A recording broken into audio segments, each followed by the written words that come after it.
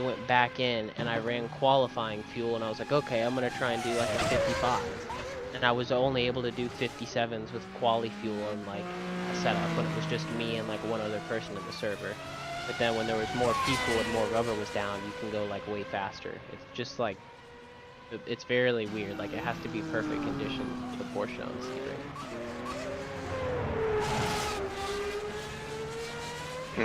Yeah, it's been an interesting car to learn to drive, to be honest. I like it, but it's gonna kill me. Yeah, so the secret is that just be gentle in the beginning of the stint. Like, don't try and overpush it at the beginning of the stint, because everyone will probably pull away just a little bit at the beginning of the stint. But if you have your tire wear and like if you have your tires okay, that in the middle of the stint, everyone else normally has a very big drop off on tire wear, and the Porsche doesn't have that big of a drop off, so you'll come back over the end of the stint. Because that's what happened to me. It does look like it gets good tire wear from what practice I've done. Yeah. You know, one of the things I found that helps with it is if you adjust your camber, if you get a little bit more of a contact patch on the rear, yeah, the tires don't slide as much. Probably do that for the race.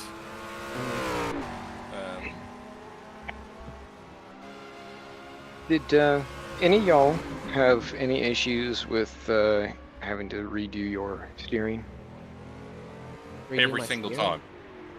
Well, specifically having to recreate your profile because of the recent build update. No, I haven't had to do that, but I've had to load in, and I have to load the profile in every time I come in there. Oh, yeah, well... That sounds like what George has been complaining about. He has to create a new profile every time he comes in. He may have said that, yeah. Oh, come on.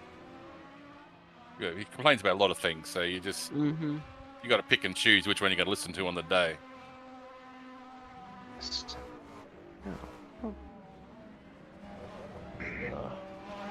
I told you not to block that. Thank you, Avast. Sorry, I'm distracted by things that make me angry. Oh no, you're good. Just hate when you do things and then some software decides, nah, I know better.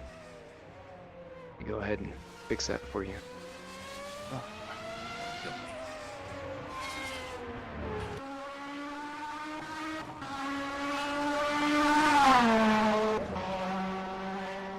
Yeah, I was trying to get Josh and Noah in here tonight, Ross, to at least have someone in like those guys run my Brumos cars for the GT2s, but they had to go to my shop tonight because we're getting the Miata delivered this week. Noah hates me. Well, I did get him in a go-kart.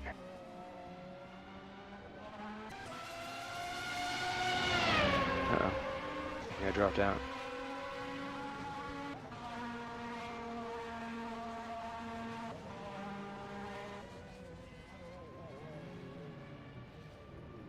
Hello? Uh-oh. Did I lose everybody? I can hear you. Oh, okay.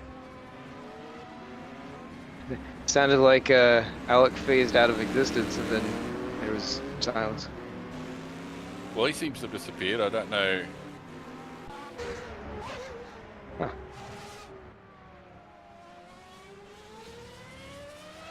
back now. There it is. PC a full reset for some reason. Wow, that was fairly quick. Yeah, it just went black screen for a second and then restarted, so But what were you saying though? Why does Noah hate you? Oh, because I didn't get him in the go-karts. Oh no, he's fine.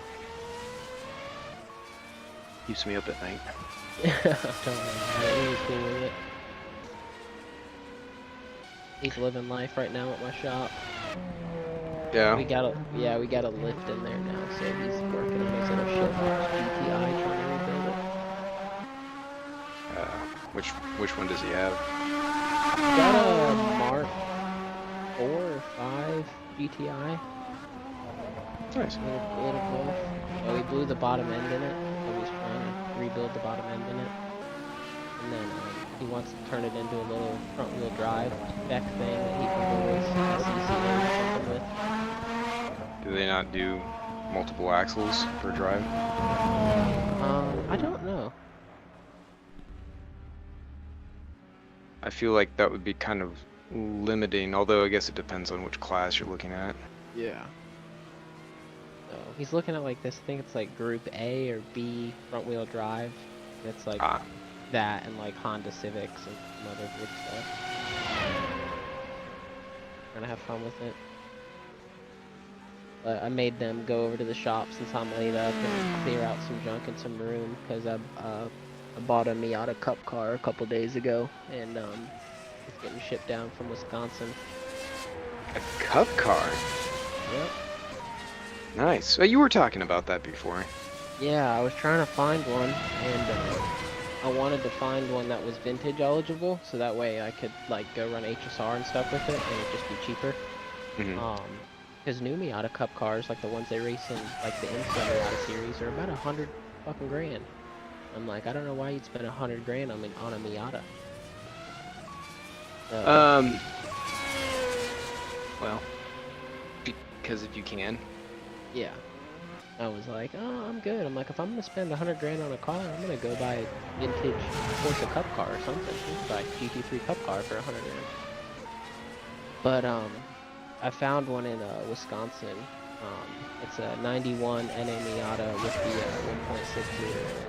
And it's got new brakes, new rotors, new cage. It's got comes with 4 spare sets of wheels and tires, 2 sets of rain tires on 3 sets of wheels, and a couple other little goodies. And they're putting another seat in it so I can go take a driver's ed course to get my racing license. So, and they're shipping it down to me, and I got all that for $9,500. Very nice. I think that mod actually exists on R Factor 2 in case you ever wanted to. Oh yeah, no, I know it does. I have it. I think it was on. I don't know if it was on the race department or if it was on the different. I believe it's at least ISR, and I think it's in the workshop.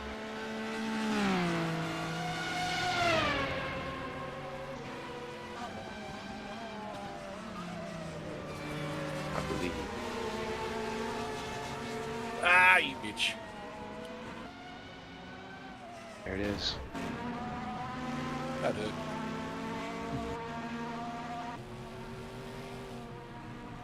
Oh, smoothly. Let's take you up to Boreck.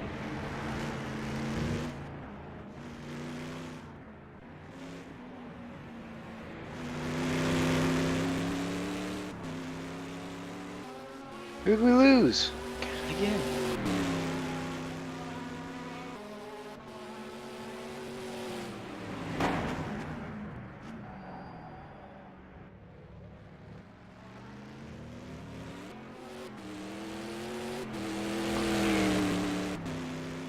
Shit.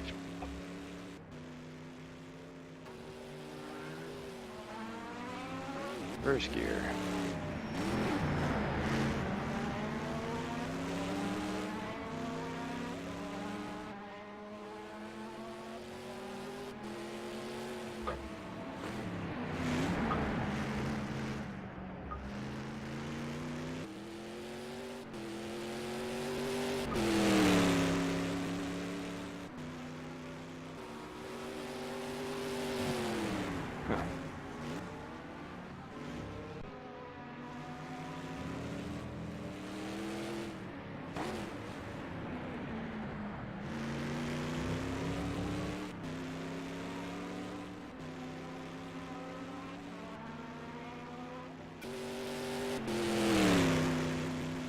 To assign all of my buttons again. This is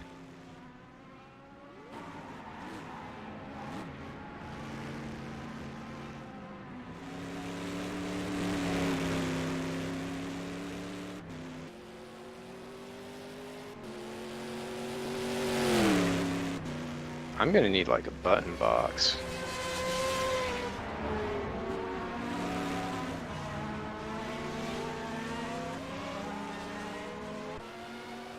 Yeah, I've been thinking that myself too, lately.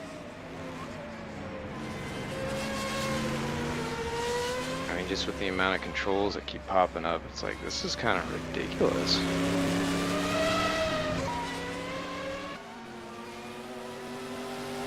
Yeah, especially now GT3s have got the 3 traction controls. It's like, oh, geez, how am I supposed to adjust to that crap? Right?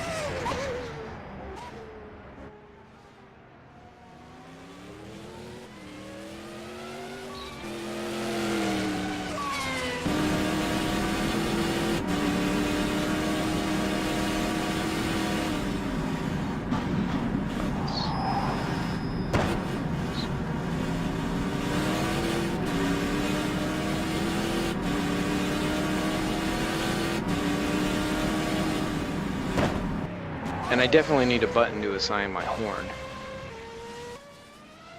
Well, that's essential in a race car. Absolutely. Especially when we go in and we troll George and I update the sound engine so that way the cars use Super Mario Brothers sound effects. Oh, you'll love that.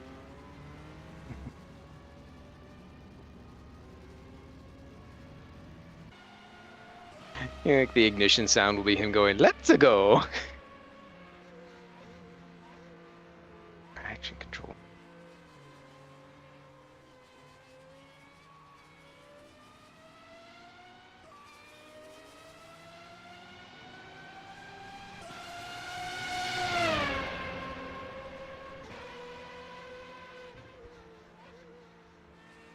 I want that.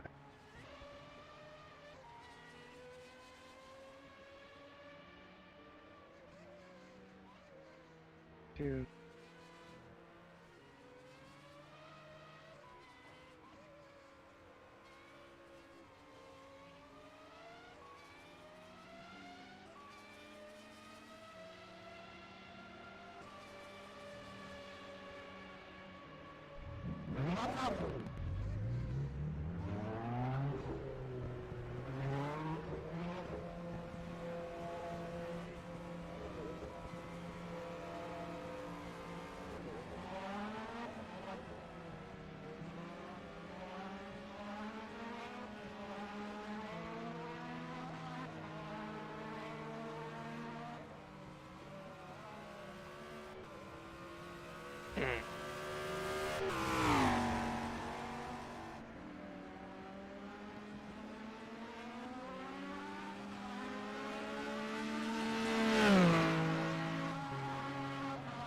Right.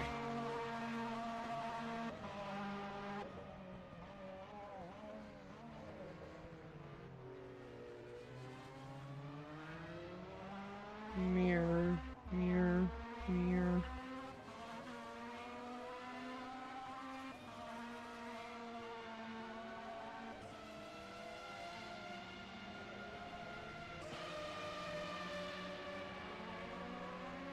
Oops.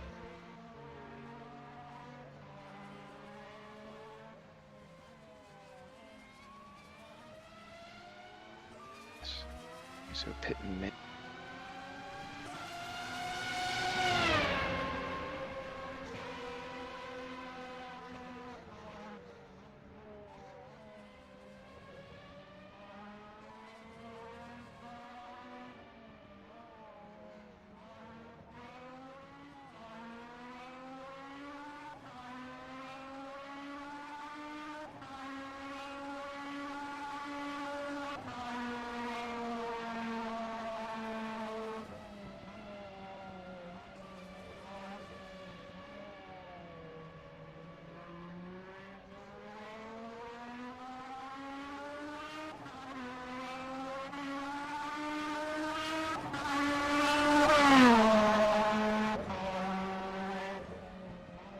Got to get out of my GT3 braking zones. That's what I've got to do.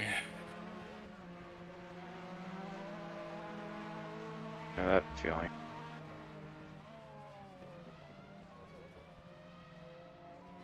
I don't remember where they have the button for display. Pitman. Toggle the pitman. What was it?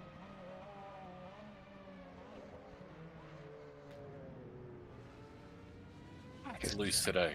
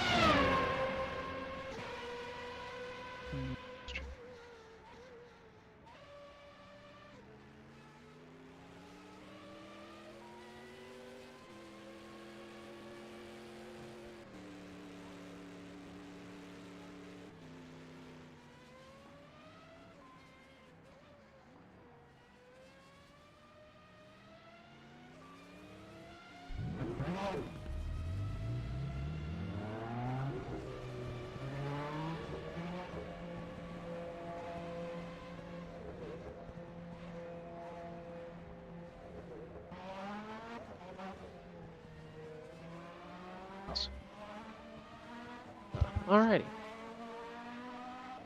I'm back. Had to talk to the doctor for a little bit. Yeah? Yeah.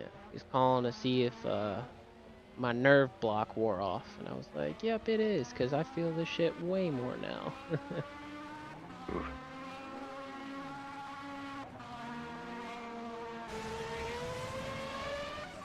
You're not envying you. Honestly, man, the worst thing right now is that I can't fucking shower, so I just feel gross.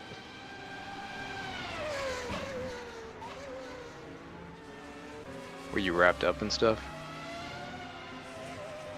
Yeah, I mean, like, I was just in, like, my gown and shit whenever I was in there, but, and just being, like, I didn't get to shower, and I just came, like, straight there, so I was already, like, kind of gross, and then haven't been able to shower in, like, a couple days, so now I just feel even more gross. And they're like, okay, you gotta wait, like, 4 or 5 days before you can shower. I was like, oh.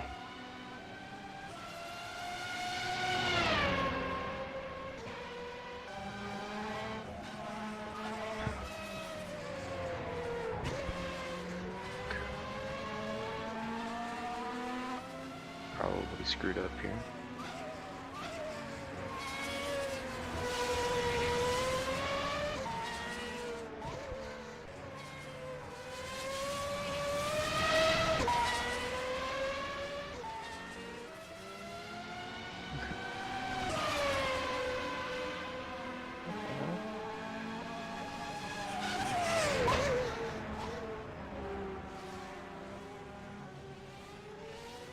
Well, that's weird.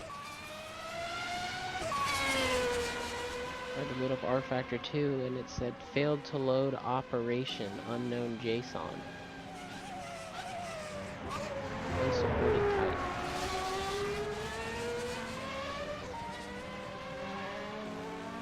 Okay. Oh.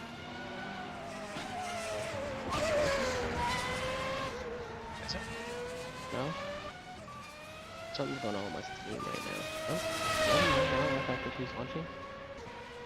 Okay.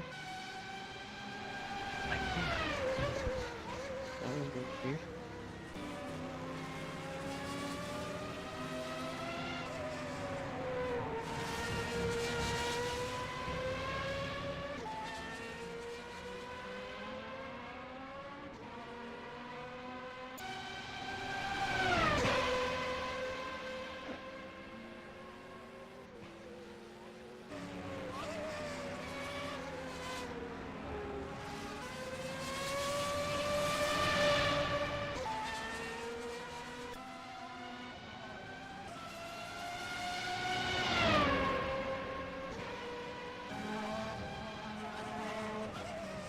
Are you racing tonight?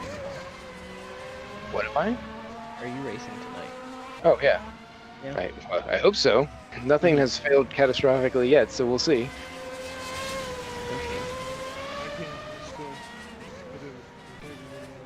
Okay. Joe. Did you you unsub and resub?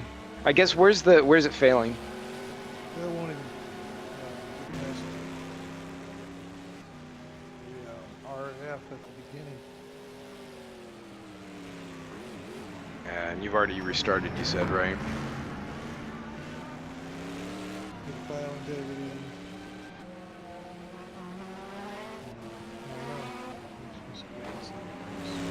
integrity. Usually well, I shouldn't say usually, but sometimes when it has that issue, it's goobered up the resolution. You could try wiping out your player info or player.json file and see if that. Adrian, I sent you a setup if you'd like to try it. Lets it go. Yeah, I'll give it a go on the motor. I'm trying to work out why my own setup's gone so stupid. It's just got so much front end. It's just... Yeah.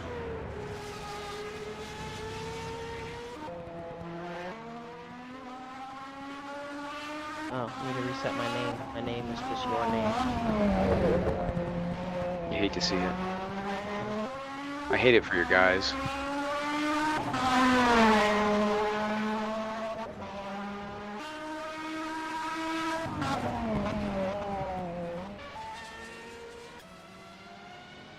That was so funny when that was with. I wanted to chase Elliot so bad for that.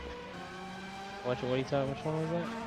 Yeah, I can't even remember what track it was. I want to say it was like one of the Pocono races. This is like years back now, but he they were interviewing him afterwards, and it was so hilarious because like it was just the way he said it. But he's like, yeah, I hate it for my guys now. Because he had some like wreck or mess up that happened, and like of course they jump on him, and the Elliots aren't exactly known for like interviewing. It's just, It was hilarious.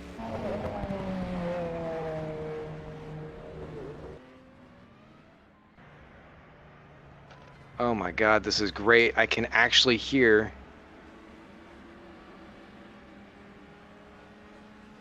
the Marcos when I lift off the throttle. I think.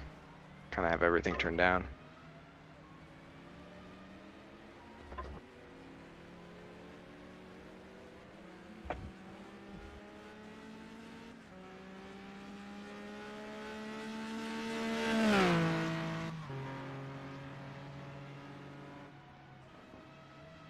Ugh.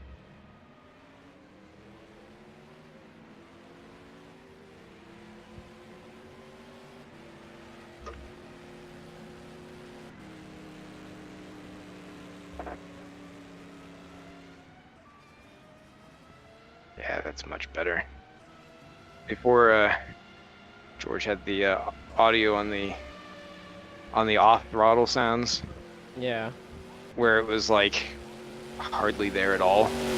Yeah. And when you're trying to downshift and you use that as a point of reference, it's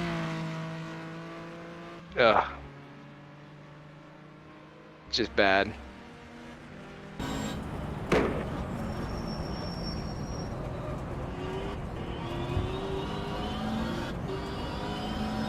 I saw Josh out in a 993. I didn't realize he was doing the LMGT 2.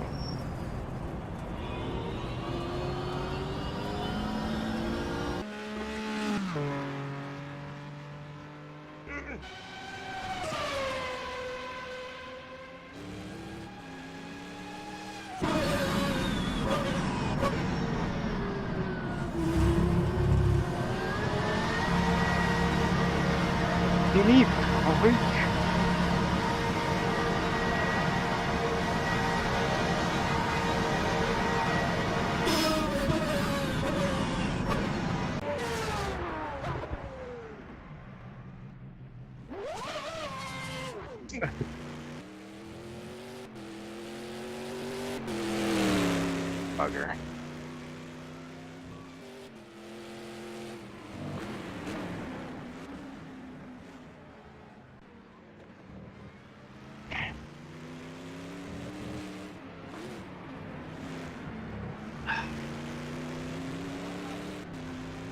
Oh, steering wheel's backwards. That doesn't help me.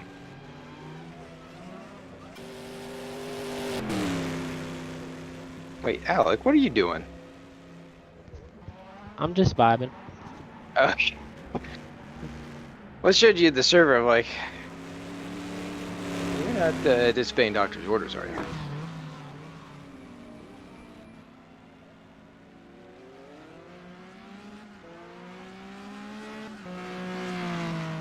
I just dropped him a speech. You better not disobey Doc's order. I just wanted to pop in and spectate a little bit. Play with that game back. I sent Adrian a setup for the Porsche. You'd probably be a lot more successful at using the gamepad than, well, certain other unnamed individuals who tried doing it. I actually used to play R Factor 2 with a controller. Yeah. Yeah. I tried to for a little while.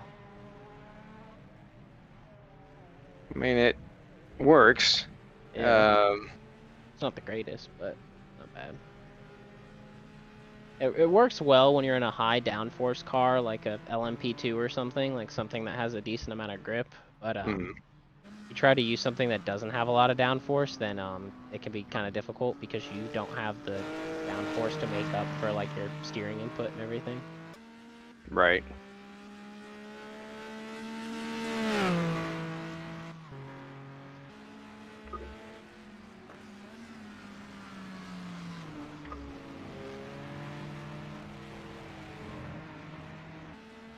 Wonder if I should make these GT2 headlights more yellow.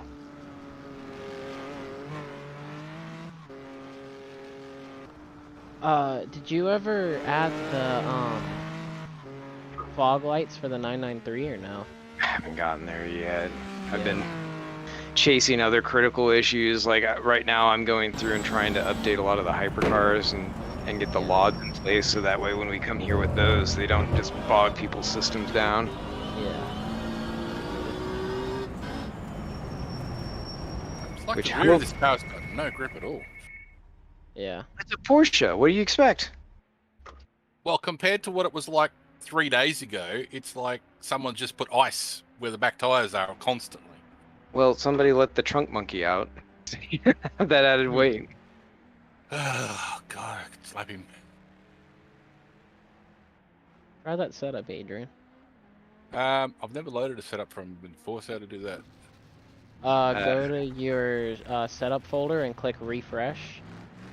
And then when it refreshes, go to the folder that says received, and it'll say like Alec King 01 or 02 or something like that. And then just click on whatever one is there. I think it should be. I think I may have sent it to you twice, so whichever one. Let's see. Well, I've got one from your name and One from Alec King. yeah. Yeah, that was before I changed my name. Just load the one that I just sent you that says it's from Alec King. Said change my name. It didn't let you do the angry face. Mhm. Damn it! God, fucking hate this car.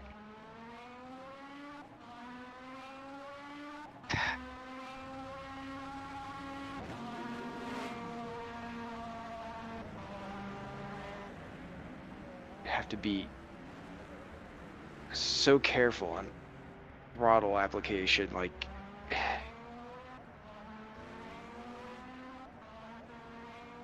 fucking Marcos. Adrian, did you say that you follow supercars? Yeah, bits and pieces. Not as close as I used to, but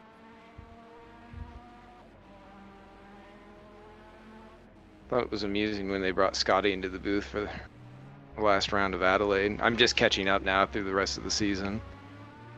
Oh, who's Scotty McLaughlin? Yeah, Yeah. Scotty. It was kind of funny when I was training for motocross. I had a bunch of guys who came over from Oz, Mhm. and they tried to teach me all the Aussie slang. Yeah. So I actually got a pretty good.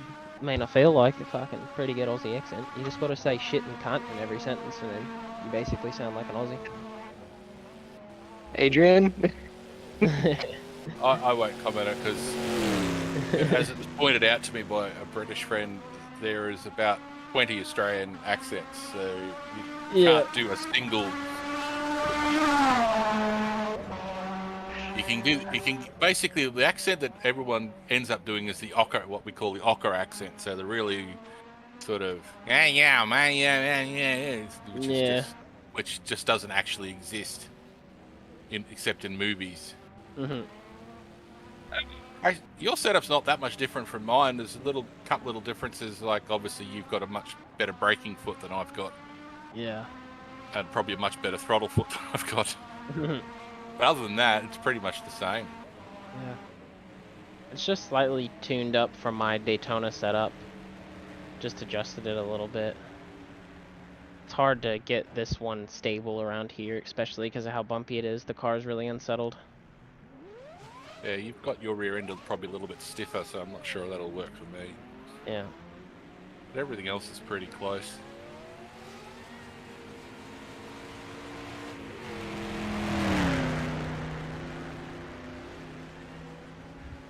This is so nice when it's not like jittering all over the place, and I actually have a steady frame rate. Mhm. I could barrel off into a wall every lap, and I'd be like, I'd enjoy it more than I was before. Yeah.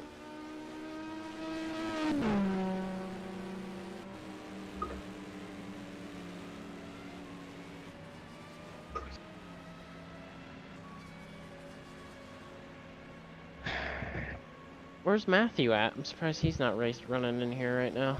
I'm not sure if he'll be here tonight. He was saying that his wife was having some stuff going on, so he was having to take care of her. Hey.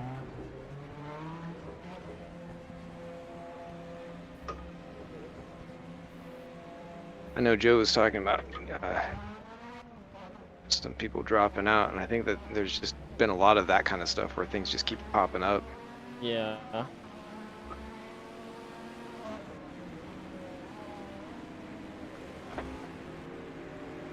Yeah. For me, I know like I can't be there on Saturday, your Saturday, my Sunday, because I'm actually doing an RC event the same day. So Yeah. That's so damn early too. I don't know how you fare as far as being a morning or night person, but What time is it for you, Adrian? oh, I got to get up about 3 o'clock in the morning. Oh, to run Yeah. the Saturday ones? Yeah, it's 3 o'clock on my Sunday morning. So Yeah. that's early. What time is it for you now over there? it's about 10:30, something like that. In the morning? Yeah.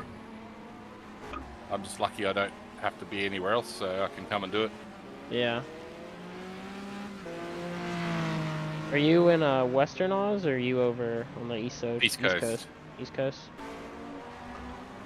I had a couple buddies who I raced motocross with who were all from Perth on the western side. Yeah, I used to live there for a few years. Off in no man's land. Now I just live in the middle of nowhere. Yeah. I thought you said you were in Brisbane. No, I'm west of Brisbane. How far Brisbane's away? the closest big city, but I'm about 3 hours west. Ah. Oh, dang. So yeah, kind of middle of nowhere. Mm-hmm. Pretty much. But it's a good middle of nowhere, so I'll put up with it Yeah. for the most part.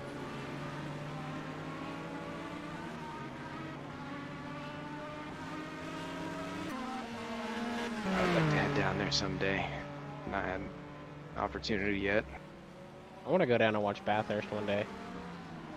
That would be ideal. Go down and watch the 1000. Yeah, 1000's a bit, yeah. 12 hours probably a better event to go to just to watch. Yeah. Bathurst, the thousands, yeah, all the bogans come out and Logan, I haven't heard that in a while. yeah, if you don't like constant tire smoke and alcohol, you're pretty much screwed.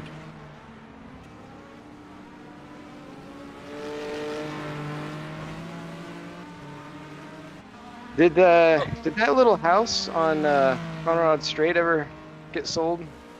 Kenny Bull owns it. Kenny. A Bull. Oh, you know, the Sun Energy one guy. yeah, Oh, that's because cool. he's actually Australian. Yeah. So yeah, he's actually buying up most of the real estate around that part of Bathurst because he wants to keep it the way it is. Oh, that's cool. Where was he for?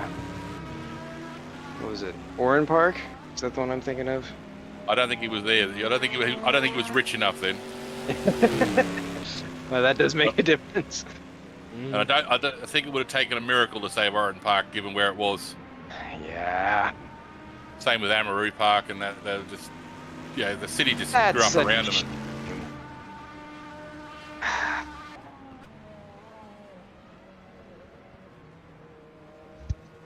For a second there, I thought you had said Wanneroo Park, and I was like, wait, what? Well, it's under Wanneroo, which is Bobagetta. yeah, Barbagallo. It's in danger too because the housing's growing out there from Joondalup and all that sort of shit. What?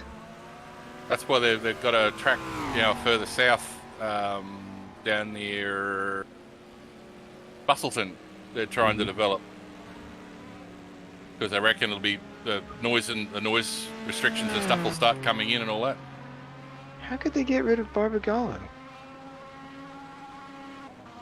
Well, I thought the same thing about Pukekohe, and yeah. Well, same as Sandown. I mean, Sandown's right in the middle of the city, and because the horse racing people don't want it there anymore, which is why it exists, because it's basically inside a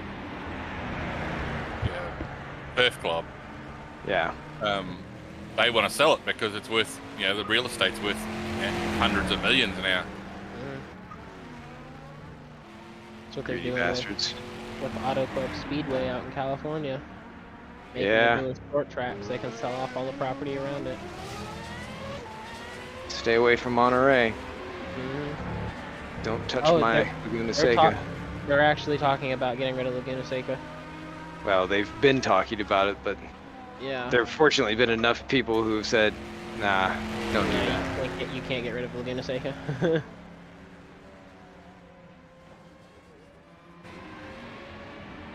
Yeah, I mean, George wasn't wrong about all the people moving in being like, oh yeah, lower property value because it's near a track, and then like, fix it up, make it nice. How about we sell that track?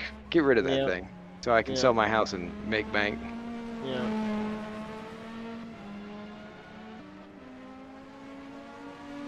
That's what happened. We used to have a NASCAR track in my town back in the day, in the 80s, before I was born.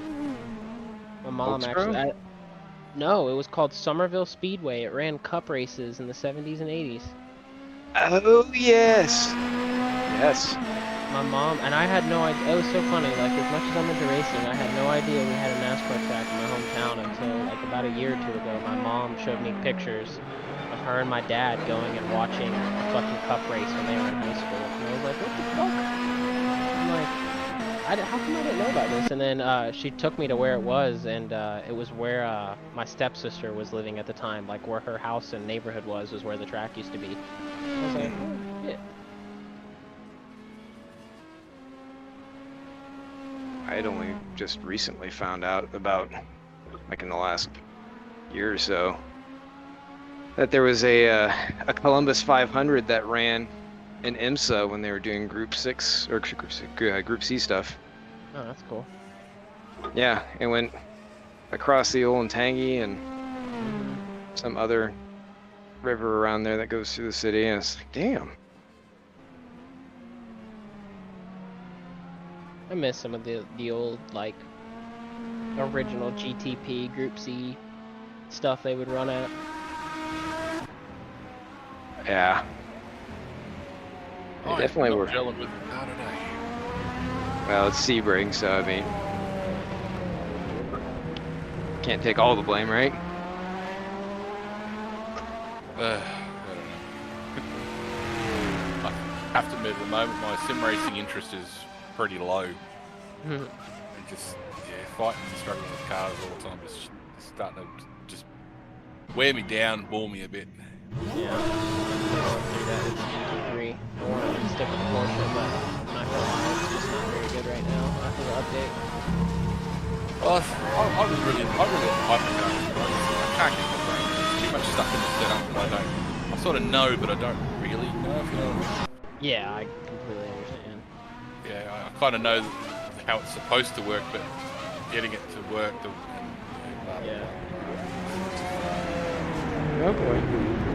Oh god. Kind of the thing with sim racing, it's kind of been funny. I've been trying to learn like spring race sheets and stuff to like see what to do to like adjust a car, and like the things that they say to do in real life don't really work in the sim world. So it's like, oh well, fuck. Yeah, that's kind of my thing too.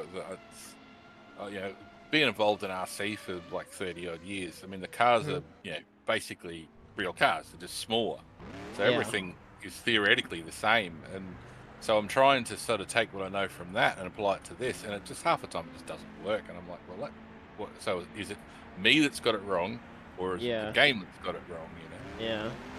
Or I mean, it's a whatever, mix. so- It's a mixture of kind of everything. Like, it's like the game has its own things. I remember when Virtual Le Mans first ran, and they interviewed the Alpine team, and they were like, "Oh yeah, we tried to load our same setup from the car into the LMP2 in here, and it did not work, and the car drove like shit." It's like, yep. I know John did Ouyan did a thing a while back. I remember how long ago now, but he kind of walked through some of the basic stuff, but it was nice because he kind of talked about like, here's how to do camber, and it works in R Factor 2, sort of like in real life, but for the wrong reasons. And then he goes on to explain like what all that's about. And it's kind of nice just because I mean he works on vehicles all day long, so like he has very intimate knowledge. Like, yeah, this is like what these things should do and why it should work this way, and what happens when you try and do that here, and what you should do to get the effect and all that. Well, one of the big things they're talking about in ACC at the moment, because there's some really weird setups coming out of some of the ACC cars. It's the problem that they have is they don't have really good materials modeling. So they're doing things with bump stops and spring rates and suspension travels and stuff that in a real car would destroy them in around here, destroy them in a lap. You wouldn't even get one lap out of it before the thing just broke itself in half. But they can do it in the sim because the materials themselves aren't modeled. Right. So things like spring fatigue or chassis, car resting on the bump stops the whole time is just going to end up breaking the chassis in half. Well, that doesn't happen in the sim car, so you get away with it in the sim version of it, and it just creates some really weird setups that work but don't work. God, this car is just so twitchy. Plus the fact I shouldn't talk while I'm driving. It's never good.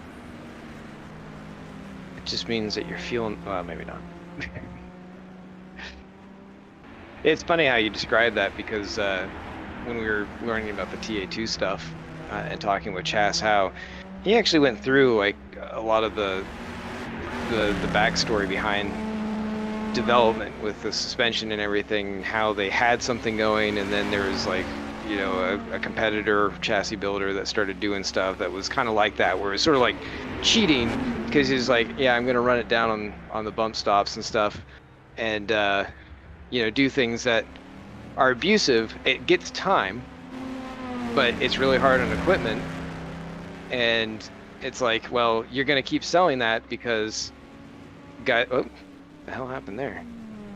Because guys want to win, and so he basically went back and he's like, well, you know, I'm trying to run the rules like as they're written and do things the right way, but you know what?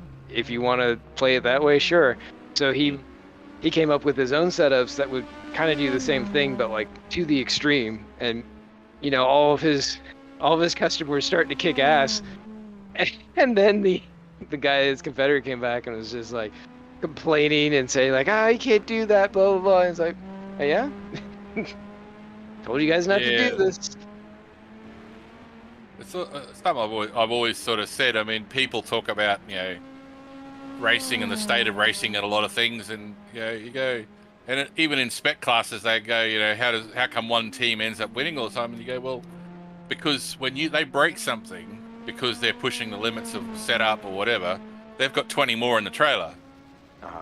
Where the little one car team that's working on half the budget, if they break something, they can't. So they can't do those you know, things that get those extra, you know, 1/10 or hundredths out of it that happen and all that sort of stuff. Yeah. Alrighty, guys. Well, I'm gonna go get some food and stuff. I may be back in before the race starts, but good luck tonight, and I'll see you. you guys here in a couple days Yeah, or so.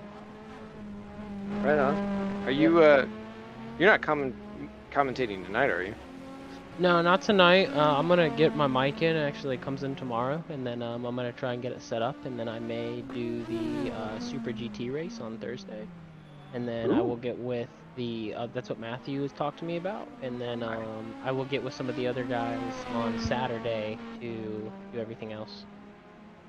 So try and do the race on Saturday and see as many of those as I can do. So, because right now I got a shit ton of time on my hands again, so I'm just kind of chilling. Nice. So, but I'll get with you guys about it. So y'all have a good race tonight. I'll be watching. Cool, man. Yep. Take it easy. See y'all later. Evening, speedy dudes. Who's that? Oh. Are you racing tonight? Oh, I'm testing. Will you actually take the green flag? Oh, yeah. Okay, good. I'll take the green. I won't take the checkered, though.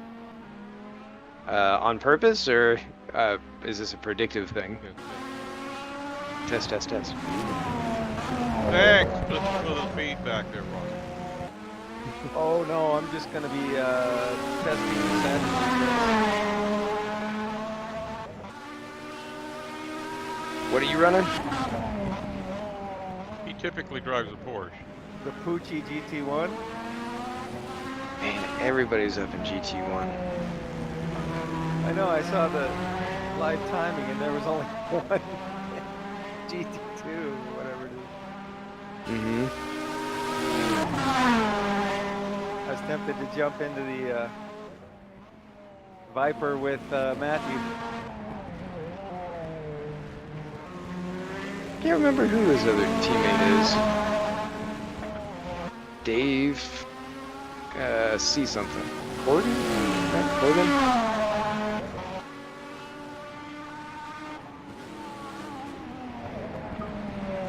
How you been, Brett?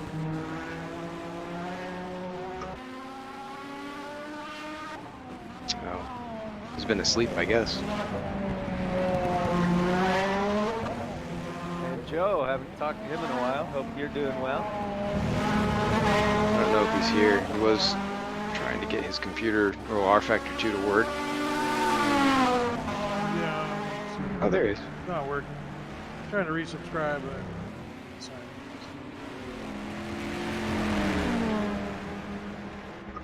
Change the password. Uh-oh.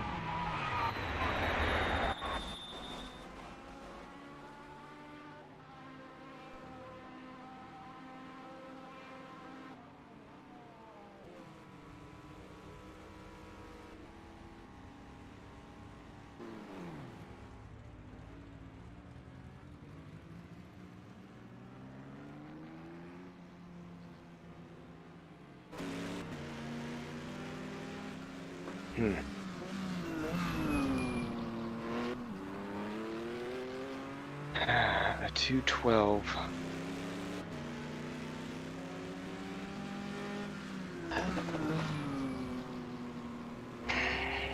is it?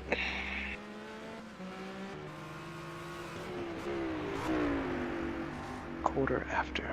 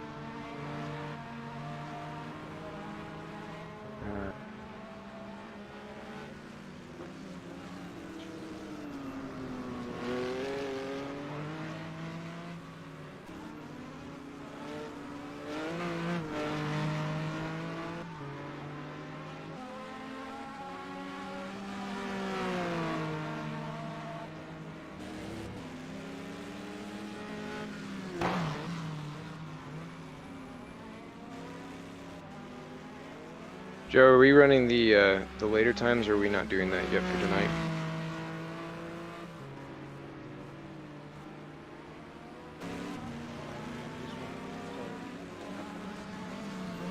Planned out, I thought. Okay. Right on. Maybe change the next race.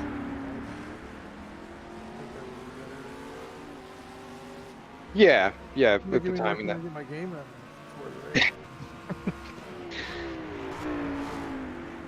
I was gonna say, if we did do it today, it could be to your advantage, just to. But yeah, no, it makes sense. Just we can actually give people a heads up too, and spread the word on it, so any West Coast guys that are trying to slip in under the radar can run it. Yeah, whatever you want to say. Really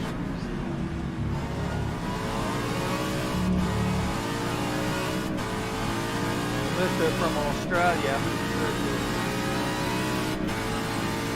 Oh, Adrian's gonna be having lunch. I know. Eventually.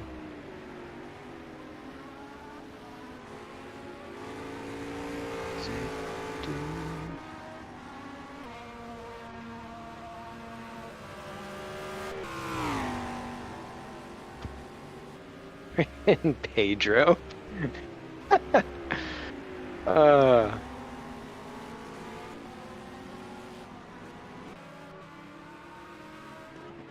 Am I really the only GT2 that's going on tonight?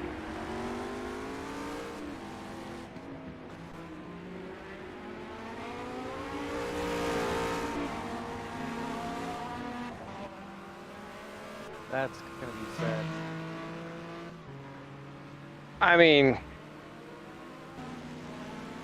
it's I can get some laps in. I'm not gonna complain.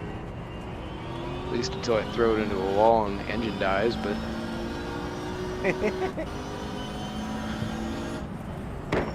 until then anyway.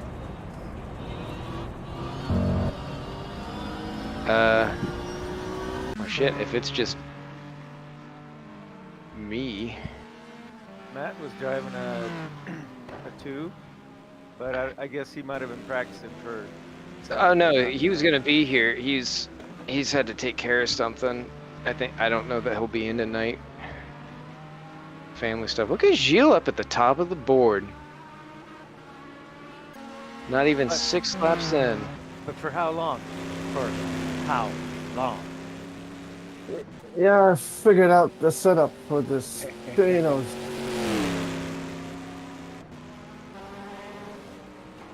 We're trying to get an updated model from Matthew Kelly, the guy who gave us the Mustang GT3. don't change anything. It's just the model. I don't know. It may be coming some BOP. Well, if Gilles goes to the top, yeah, you got this spot. It's a good looking Well, car. just looking at stuff, there is also obviously the one being the popularity of the car, which signifies something. And there is also the speed. It's a Batmobile. Come on, man. Who doesn't want to run a Batmobile? Apparently, gazillion of people that they run at Daytona. So if you see, there's a huge change of people that they're jumping on the panel. So clearly there's also traffic. The Mercedes is also quick. Yep. And relatively easy on its makes it drive the car. And the Porsche is very slow. The Porsche Yeah, is very John just- slow, but the Porsche is very slow, but the Porsche has very, very good wearability on their tires. So I think the bump on the Porsche is fine for now. But at least those were the other two. I think the Toyota and the Nissan are pretty close. Ferrari is just a bit hindered, but I don't think it needs to be pop up, although the other two need to come down. And then the McLaren also needs some help, so that car probably needs to help up. Is it because of our Franconin? Is that? Is that coming from our Franconin friend who? No, Francona didn't even like manage to complete that. I don't even care about what he says. I'm looking relatives here and sector time, so you can actually see performance. Also, it's very good to see like different drivers that they have been driving the car. So we have at least about 10 drivers that they have done laps with 10 different cars. Well, I guess 10 drivers that they've done laps with at least 4 different cars each. So that's good data point. Also, we had a couple of them at Daytona, so we have a high speed, we have a relatively bumpy track. That's pretty good data-wise. But yeah, I think these are the verdicts. On the GT2s, I think they're quite balanced. There may be top speed differences, but I think it makes up on another level. Obviously, we don't have a lot of that there. That's the biggest problem. And this Marcos is a challenge. Yeah. Seems though once you get it dialed in, it can go fast. I'll let you know when I get there. We tried with Barry the Ferrari a lot of work on it. Yeah, you can get it there, but you need to be on it. So yeah, it's quite a.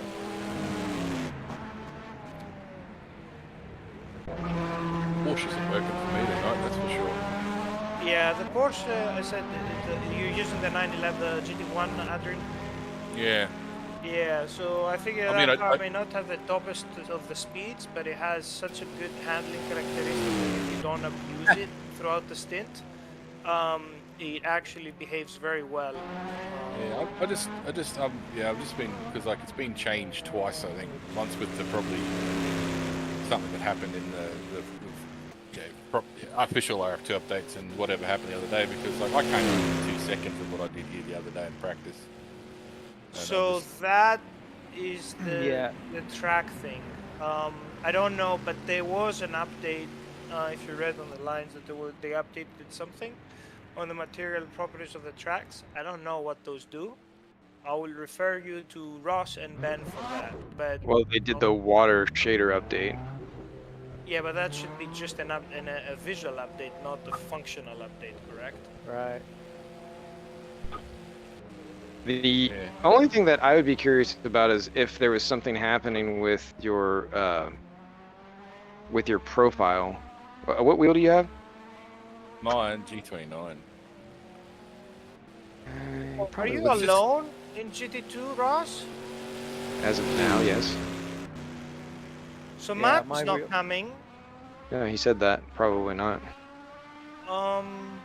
Oh, by the way, you need to tell Dawn to give me like pictures of your cars, FYI. Because I don't have any icons on your cars. Aye. Or you just do them yourself. Yeah, so, yeah, so Matt is not coming, I know that. And then is Ben, that Ben is your teammate, so that takes out of the battle. He'll probably be here in like a moment. Which I think we're getting ready to go to qualifying, so. So, yeah, the other people, I don't see anybody else. I've got no sort of vested interest in this at the moment because I'm not going to be able to make the race anyway. So if you want, I can go get the Viper and play around GT2.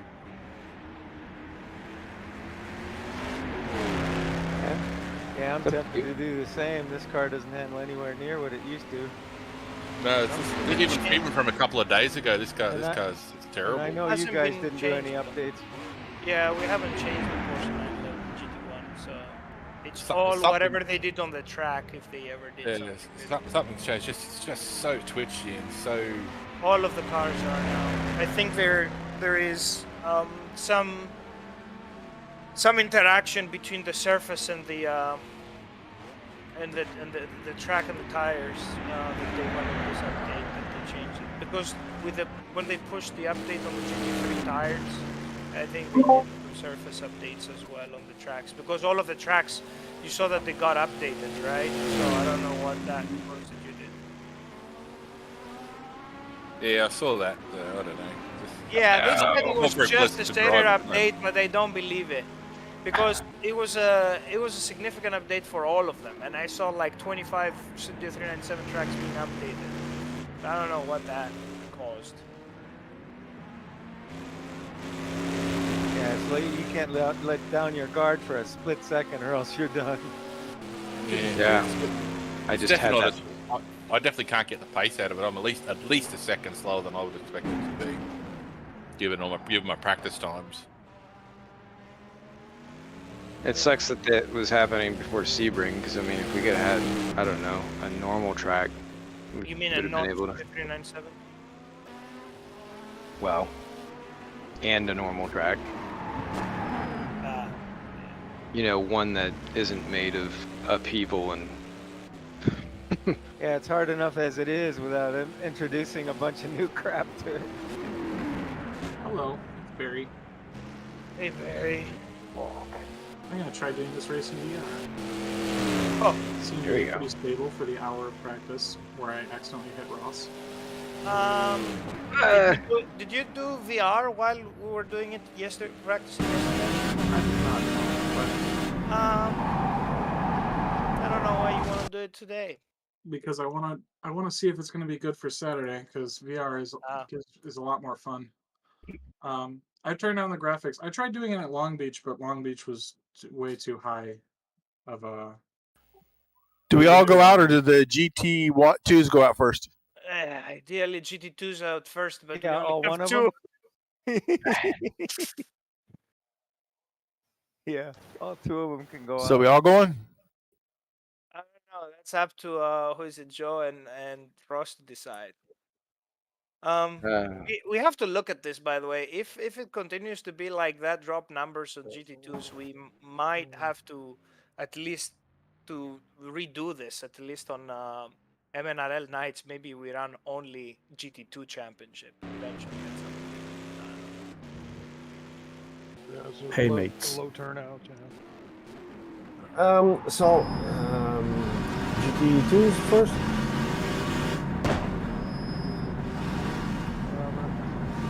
There's no GT2s, everybody at the same time. Broken Monsters, Marcos, Or two of them. Yeah, I mean, if Are we starting quali now? I don't care if there are GT1s out here. I mean, it's not going to affect me any, but you're the guys that have to deal with us. That's easy. Two cars. But when are we starting? Qualifying has begun. Thank you, sir. Oh, I lost my push to tote works. Hey, Ben.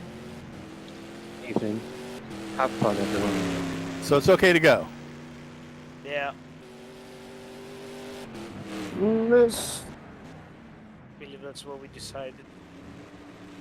Mr. Ben, welcome back.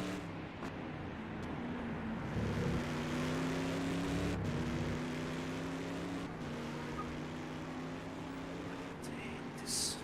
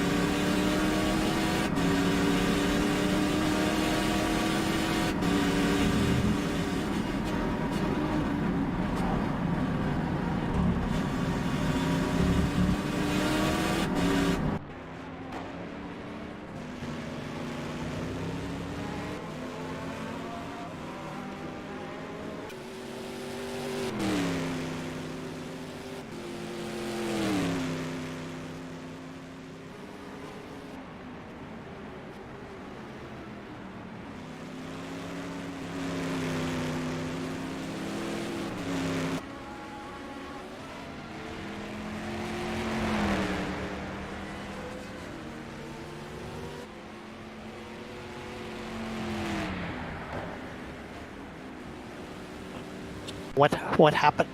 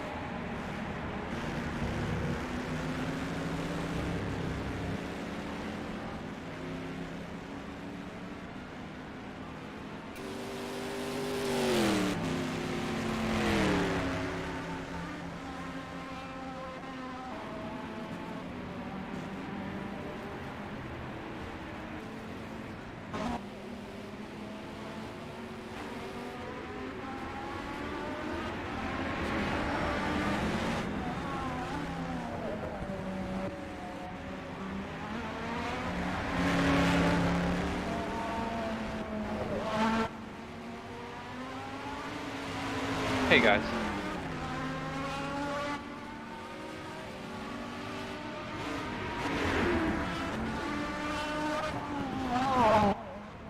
Can you guys hear me? Or... Yep, can hear you. Oh, hey. Okay, I thought my mic was broken or something. Just in the middle of qualifying, that's all.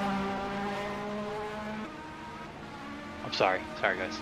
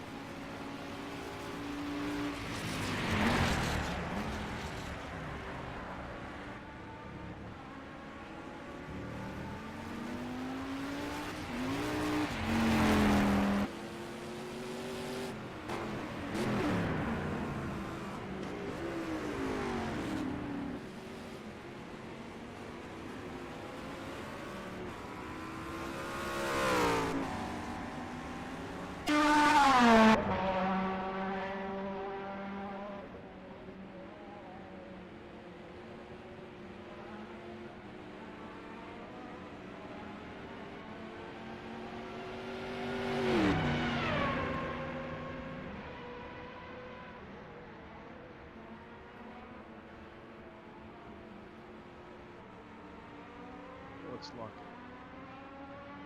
Right.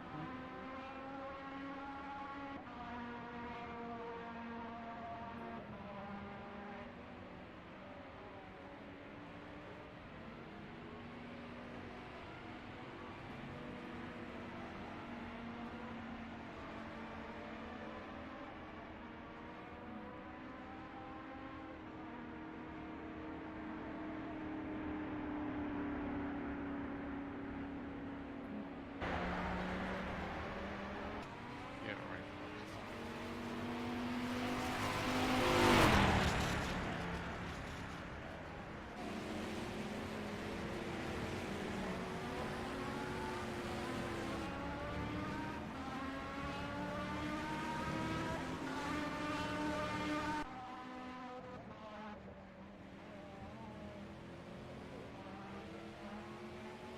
I want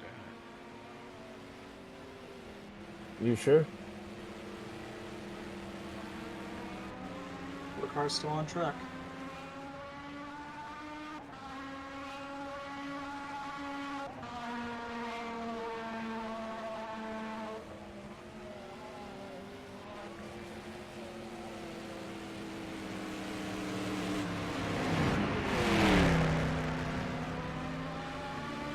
Sorry, John.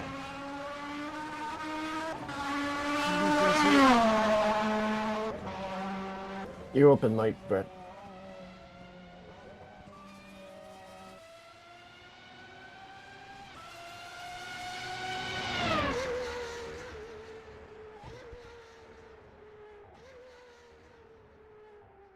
Okay, I'm still waiting for the explanation of why George Angelides is in an amateur car.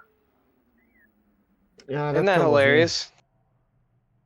I don't think once you went pro, you could never go back. I don't know. I thought you guys were putting like 155s on the server, so I assume that you were having pace to go more than that, because that's not a qualifying. When you practice, I don't think you practice qualifying runs. But so I saw a couple of 53s on the server, so that's what I expect to be the qualifying pace. Maybe for Kirby. No. If I was George talking to George, George would tell George it's not all about what's on the server. That is correct, but it still That is is perfect. Yeah, That is very good.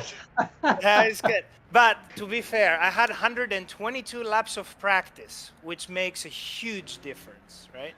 So, Speaking of practice, y'all mind if I do this with you? No, you're good. Jason, how are you, my friend? Yeah, good to see the Jace monster back. Do we need to do a pit box check? There it is. Had the wrong button. Yeah. Hello. Hey, Jason. Hey, Jason. How you feeling, buddy? Yeah, how's it going? It's, we'll see. I feel okay. It's just I got some problems with some neuropathy in my left arm right now because of this injury, so it comes and goes. Lower your thingy.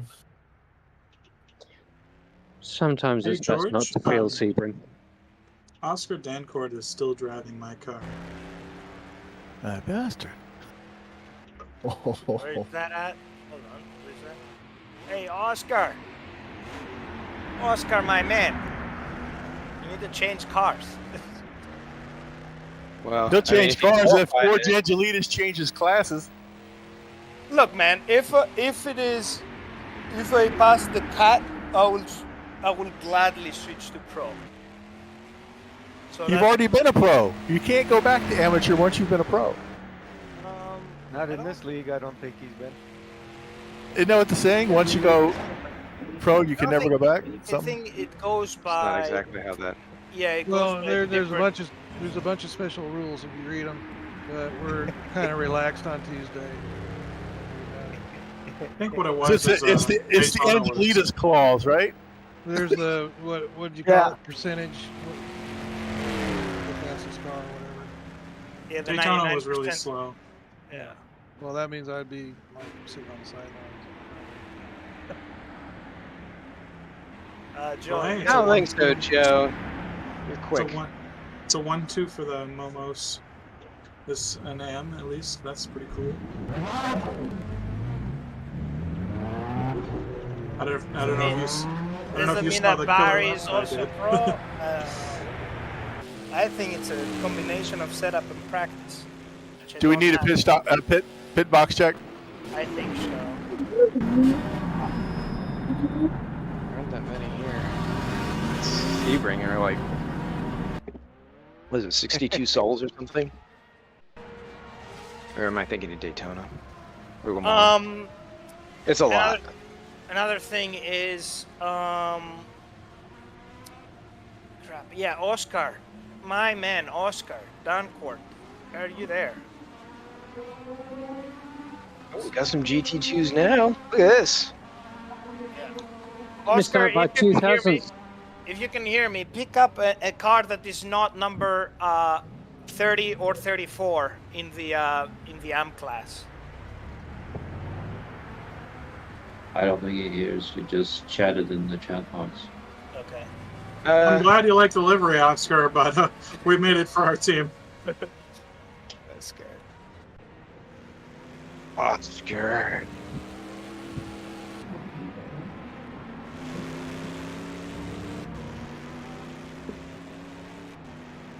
I just had a lovely image of Muppet driving it like they stole it.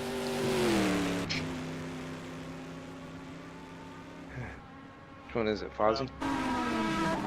Oh, Oscar the Grouch. Well, yeah, he picked number 1 in pro. What is it called? He picked Eric's car. Moines. Mistral car. Is Eric Moynihan not driving Porsche? Not on Tuesday nights. No, because he's pissed off. Hold on, let me tell you. What? It's okay. George just making up stories now? Hold on, I'll tell you what. What is this, Drive to Survive version of MNRL? Okay, for today.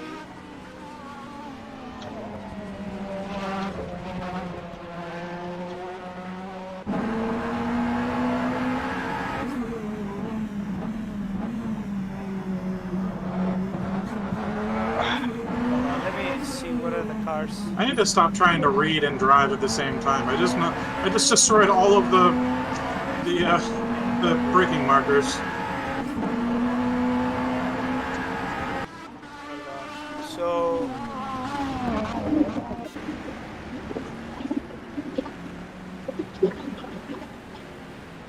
Sounds like somebody's flushing a soap opera down the toilet. Next to here.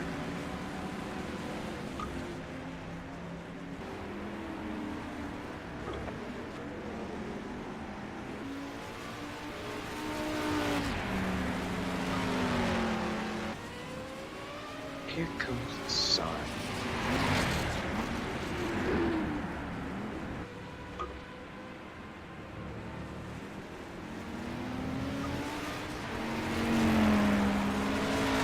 Here comes the sun. Speed 50. Yeah, miles an hour. I think it's Don't do that during the race, taking out those markers. can I make a clarification for pit lane exit? I'm gonna put it on the channel for Saturday as well, because there were a lot of confusions for last year, so I'm gonna put it before the race. So for exiting pit lane, I'm pretty sure John has put it many times that the exiting car has also a right to the track and blah blah blah. But just to remove any ambiguity, to just make crystal clear based on positional on the track, the exiting car has to be the silhouette of the car of the exiting pit lane has to be touching that white line at all times. If a car is approaching from start-finish line and is an exiting car from pit lane, and that exiting car on pit lane is touching that white line as it exiting, and the car that is coming hot from the track does not leave it race room, the car on hot is basically the one at fault. if the car that is coming out of pit lane exits out, crosses that white line, and does not touch that white line, and it comes into an incident with another car, it is at fault. Is that clear? It's very simple, actually, to follow. So There's a what? you just cross over the white line and stay No, the inside? you can cross it or go over it, but the silhouette of your car at any point has to be touching that white line. You can't stay to the right. You can stay to the right, you can stay to the left, but if a top view, let's say that you have a helicopter view and it's following your car, when I see that from the top view, your car has to be touching at any point, at any given point with any part of the car, that white line exiting pit lane. Okay. Is that clear? That's clear. That's going to be an arse in the Marcos with cold tires. It's going to be a what? An arse in a Marcos with cold tires. Because on the eventual exit, you're giving yourself no margin, and this thing does not stay in a straight line. Does not. I mean, what do you mean, like, it's going to be an ass? Are you coming ass first, or, like, it's going to be Oh, possibly. Like, accelerating out of the pits on cold tires with a margin at the end of the pit lane of about 4 inches is ambitious.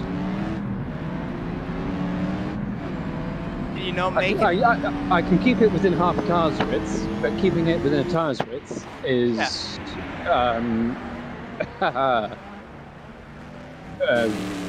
not a thing. I'm actually not sure what you mean with this, George. can you see my white line, because a white line is actually the track and border line, and it comes to and meets with the curve. Right? Correct. The other But problem with look, that thing right is, now, if you get close to that white line coming through, you get a track warning every time. Hold on, let me talk. The exiting car is going to clear that white line eventually, because Right there, you need to be on the track, George. yeah, exactly. So there is no such rule unless you want to put it, but not last minute. hold on. You Can can you? do it in your own chapter, but Yeah, okay, it's so not gonna here- apply to this race. So do you see me here where I am? That I is. know what. Okay, so if you can stop it out and then watch me, this is a perfect exit on the blend line. Okay? So I'm touching No, I cannot do it. I just tried it. I cannot hit the car within half the width of itself. like if you're climbing that line on you have it on your right side of your car, you cannot do it. You're asking me at eventual pit exit to be accurate within 4 inches. I cannot do that. So you want that? You want that to be like that, George? Is that it? So from here, like you can still be on the exit right here. You will get a track cut warning every time you come out of the pit. Don't. You You can't. do. If I you just did it if- myself to try it. Yeah. If you touch the outer rumble Yeah, strip, the outer it gives curve, you. the curve. If you touch. No, But I you- got you're it blending before I even got to the curb. I've thought it all the way through practice, and I'll just try it now. If you're still over that white line when you get past that, where the cone is, it will give you a track warning every single time. Sorry, George. Well, and I think if you're already there, the oncoming car can see you, and it's the job not to hit you. When do you have somebody coming out? That's the question. Because Well, that's what I mean. By the time you're at that spot, you're well out. You're already out. so you basically say that you should be within the confinement of the white line till about here, basically, like before the corner straightens up. So about halfway. I think I there's don't a know, white I- line on the I there's a ain't white line across the track, which must be a braking marker back here, back where towards the pit exit. And Well, I found just it- aim for the groove. I aim for the dark pavement. That's where I'm going. Yeah, but the dark pavement is where the other guy is going to be coming out. That's why I'm saying. So yeah, if Well, that's why I'm saying. That's what I but- say. By but the it's- time I'm there, the guy that's turning into one can already see me. So there's no reason for him to hit me by that point. I agree with that. Yeah. Unless it's me, I might hit you. Well, I didn't think about you. So like this, George is good. The Ross is special. He gets to hit you. So basically, the car that is exiting pits, stay on the right side of the white line as much as possible, and then point towards the black racing line right next to the curb, straight on, and join the track and continue on. Yeah. This is the racing line, yes, and the traffic is going to try to follow that line. But if they see, and they should see, cars exiting, then they have to change their line. They have to compensate for Well, it. the thing is, too, You cannot ask the pit exiting car to stay on the white line all the way to the curb. That's not going to happen. They need to take the track. you know, and if you risk them hitting the curb and then spinning out in front of traffic. So then that means that you give leeway that any car coming out of pit exit, it can cross that white line before the exit of the curb, and it has the right of way. Of course. You don't really, That is crystal clear then. If it crosses the white line about here, the car on pit exit. A little bit. Yeah, I would say yes, because he has nowhere else to go. Yeah, exactly. Okay. So where I am, I have the right of way as exiting car. You are a little bit early. Just you can go. But that's what I'm asking. You can delay your entry. And no, but that's exactly what I was saying. If you delay my entry, the white line is right here again, and this is where it blends to the racetrack. So if you touch the white line all the way out, then where you are right now is perfectly fine. Yes, because I'm touching the white line. Yes, so you just go straight from here on. You can join the track. You can clear the white line. And that's why I don't understand why Ben is arguing, because the silhouette of my car is touching the white line right here. It doesn't need to at this point. That is the point. There's a dip. I cannot line my car up after the dip, and I can't keep it straight, and I can't keep it on 4 inches of white line aiming for the curb. I can't do that. It doesn't happen. So you would basically blend. Where would be your blending point then? I can't do it because there's been a Ferrari parked there for the last 10 minutes. Oh, I'm sorry. So hold on. Yeah, hold on. There you go. I exited.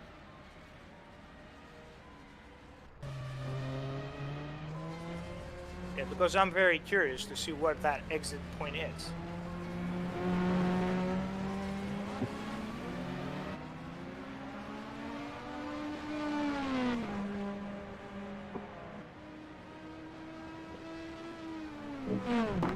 It's perfectly fine.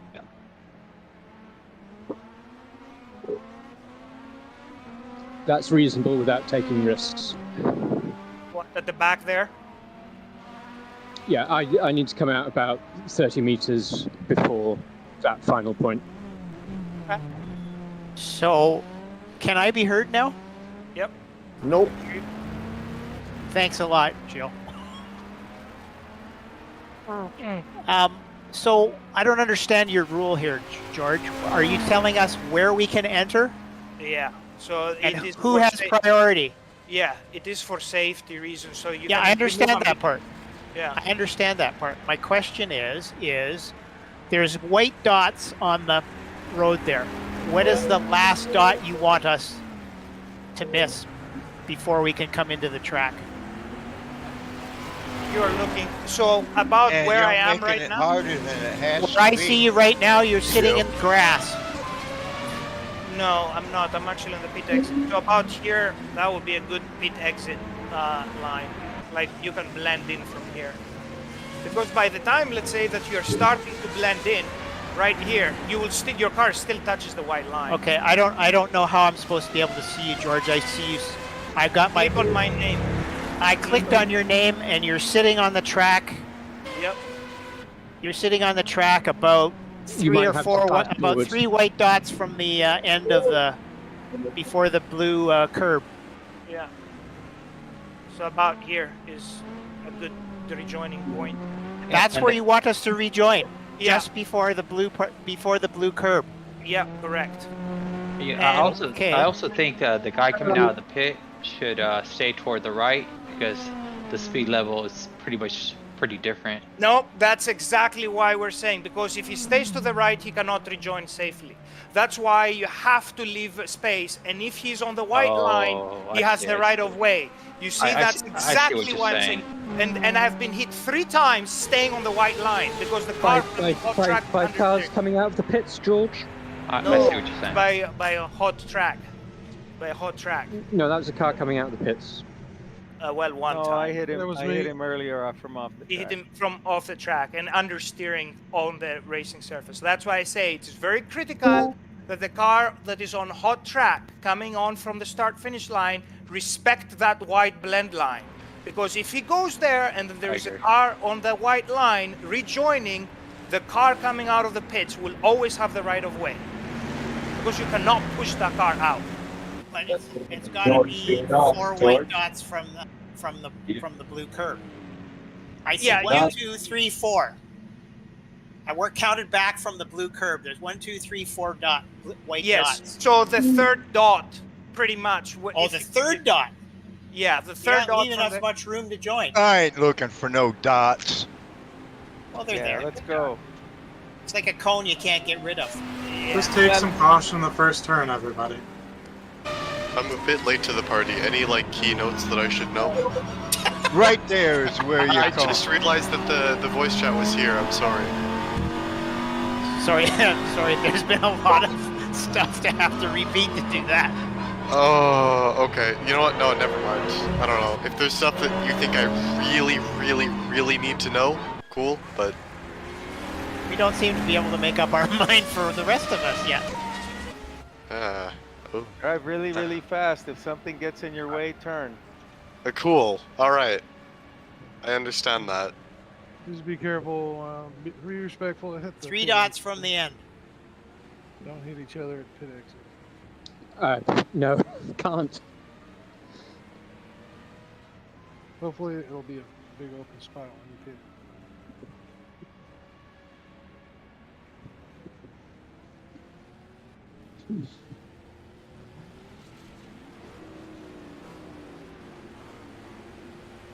Good luck.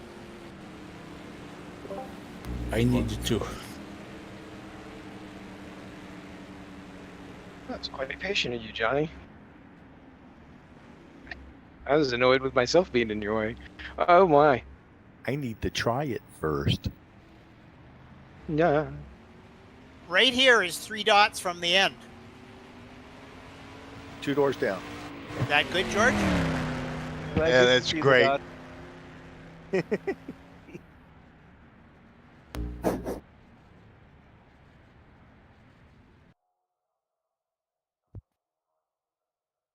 When you say 3 dots from the end, what are you referring to? Basically just, stay over. Yeah, credit card number and expiration date. He has for pit exit. 3 dots from that curb, I think he's talking about. Can they go 2.5 dots? Or is that okay? Okay, alright. Oh yeah, because it has a weird, track limits detector, is that it? Yep, correct. Ah, Yeah, that's so you fun. have to just blend just a little bit, which when you start. You mean the Studio 379 one or the George one? It's the 379 Studio. It's the older one. 2018. Good luck, homeboys. Yes, You're still here. Everybody. Good luck. You left. Okay, so really stupid late question. Am I better off having diff preload high or low for rear traction out of corners? Is that a question 5 minutes before the race? Yeah, because I'm random clicking, which is a bad thing to do. On for a car that I only started driving 5 minutes. Coast. On power on coast. Power. If you want to understeer, put that power to 100%. If you want to oversteer, put it to 0. So if I want to make sure the rear stays stuck out of the corner, I should have the power up. And what about preload? The preload is a transition phase when you go from power to coast. So the lower the preload, the more it's gonna get towards power faster. Yeah, but it's going to be twitchy also. So yeah, augment 10-15% coast power, maybe a notch of preload, and it will quiet your rear. But you'll understeer going in a bit and understeer going out a bit. Understeer going in is not a problem. I can deal with that. I'm trying to make sure it doesn't keep killing me out of corners is what I want to do, given I only decided to do this carb just before qualifying. What car is this? Viper. That kills you? I thought that was pretty planted. Eggshell. Yeah, but I got a pretty shitty right foot, so I have to do it out of the way. I thought I had worse than you. No, probably not. Yeah, this track is really bad for the bumps. I mean, they'll kill you on most corners. So go late on the power if you're spinning out a lot. Yeah. Jello arms at the end. Way my brain goes. Does anybody feel like that these cars are worse on ride quality than the 91 cars? Yes. Okay. I want to make that judgment after Sebring. I feel like I need a different track day. You can't really tell anything on this track because you can't feel anything.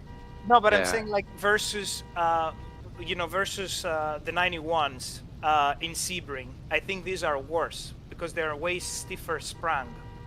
So yeah. I don't even know how it's possible.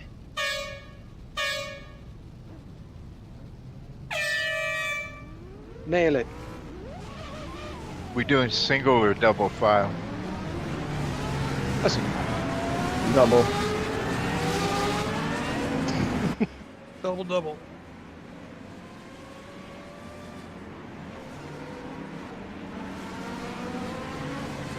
Let's try to confuse them. you can put your headlights on so you don't get disqualified later on. How do I do that, George? I think default is H. I'm just kidding. Is that Norm back there? I swear, in the light, your car looks like poop brown. Like perfectly poop brown. Oh, brown number 5. Nice pre-race trash talking. Do we have a GT1 coming through? We do. What side you going on here, Norm? I'm holding right. Yeah, ditto. Going up there, Norm, if you can. If you think you can.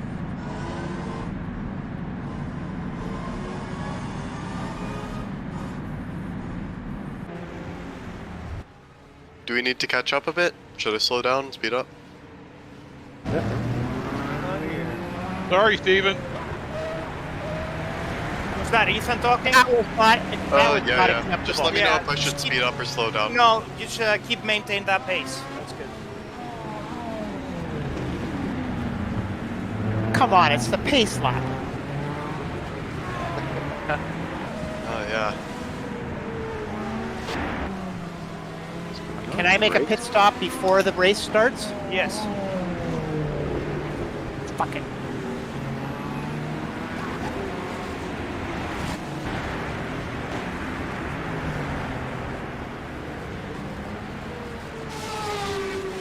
Ethan, pack it up. You're going too fast. Got it.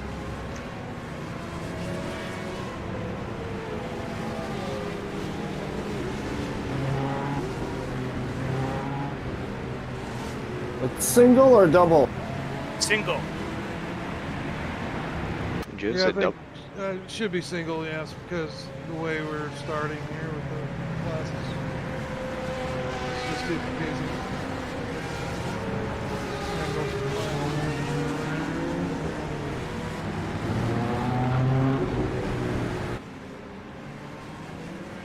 Let you by on the inside of the main straight. Norm. Okay. Michael David, We'll you wanna see. hop up I'm there? not worried about it. Get ahead of these GT2s. Well, I'm gonna let you by, so.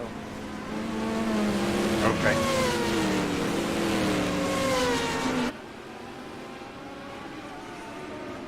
Or is it Oscar Dancourt? I can't tell who that GT1 is back there.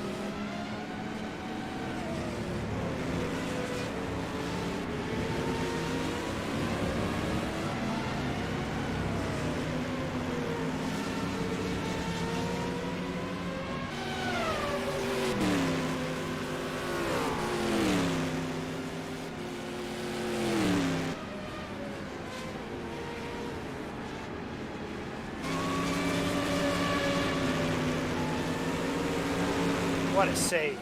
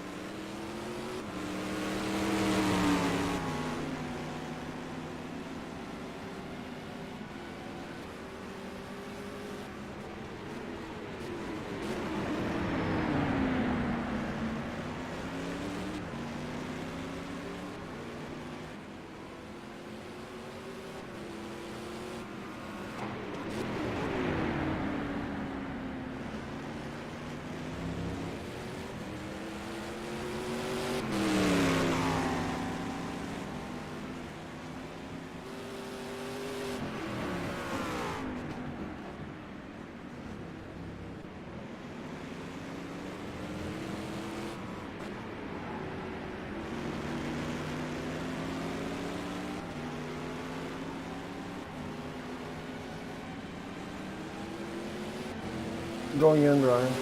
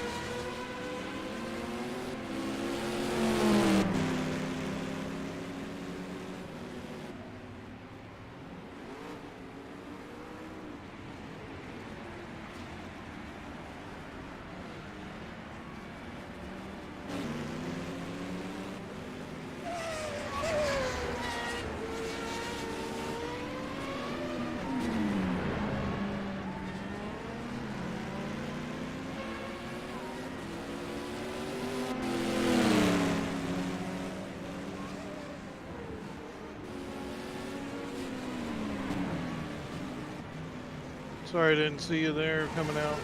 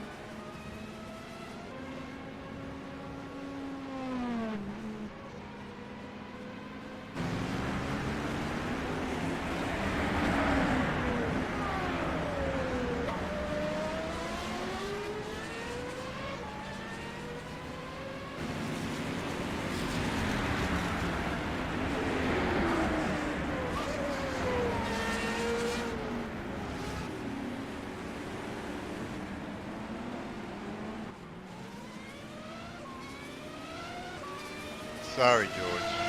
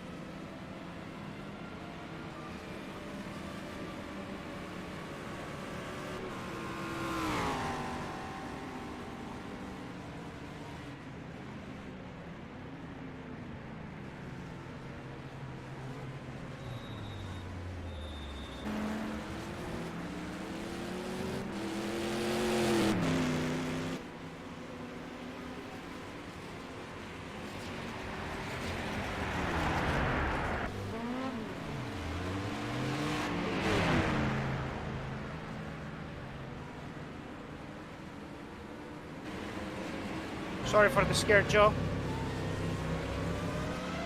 No, just locked up all of a sudden for some reason. Offline, I guess.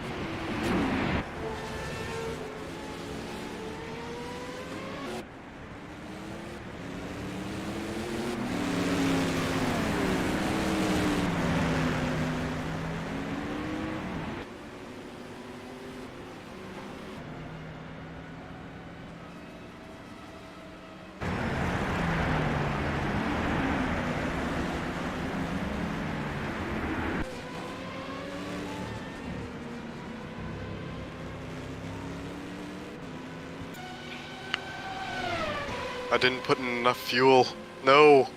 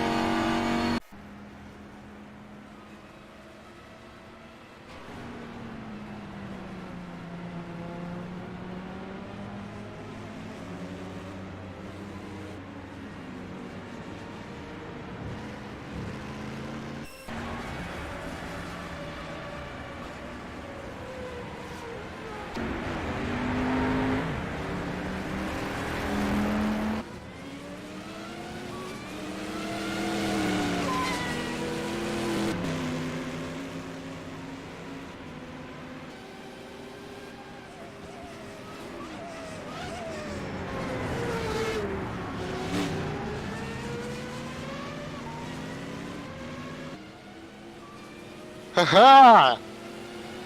Ha! Thank you. That was silly of me.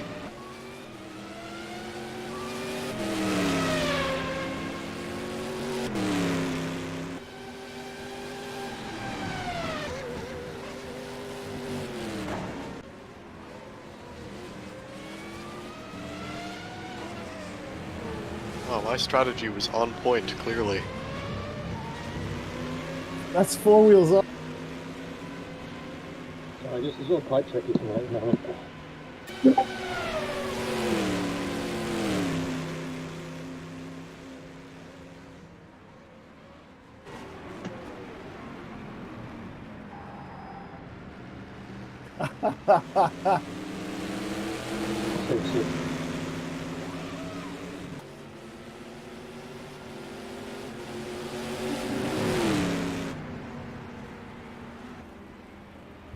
How do I press to save replays? Seriously.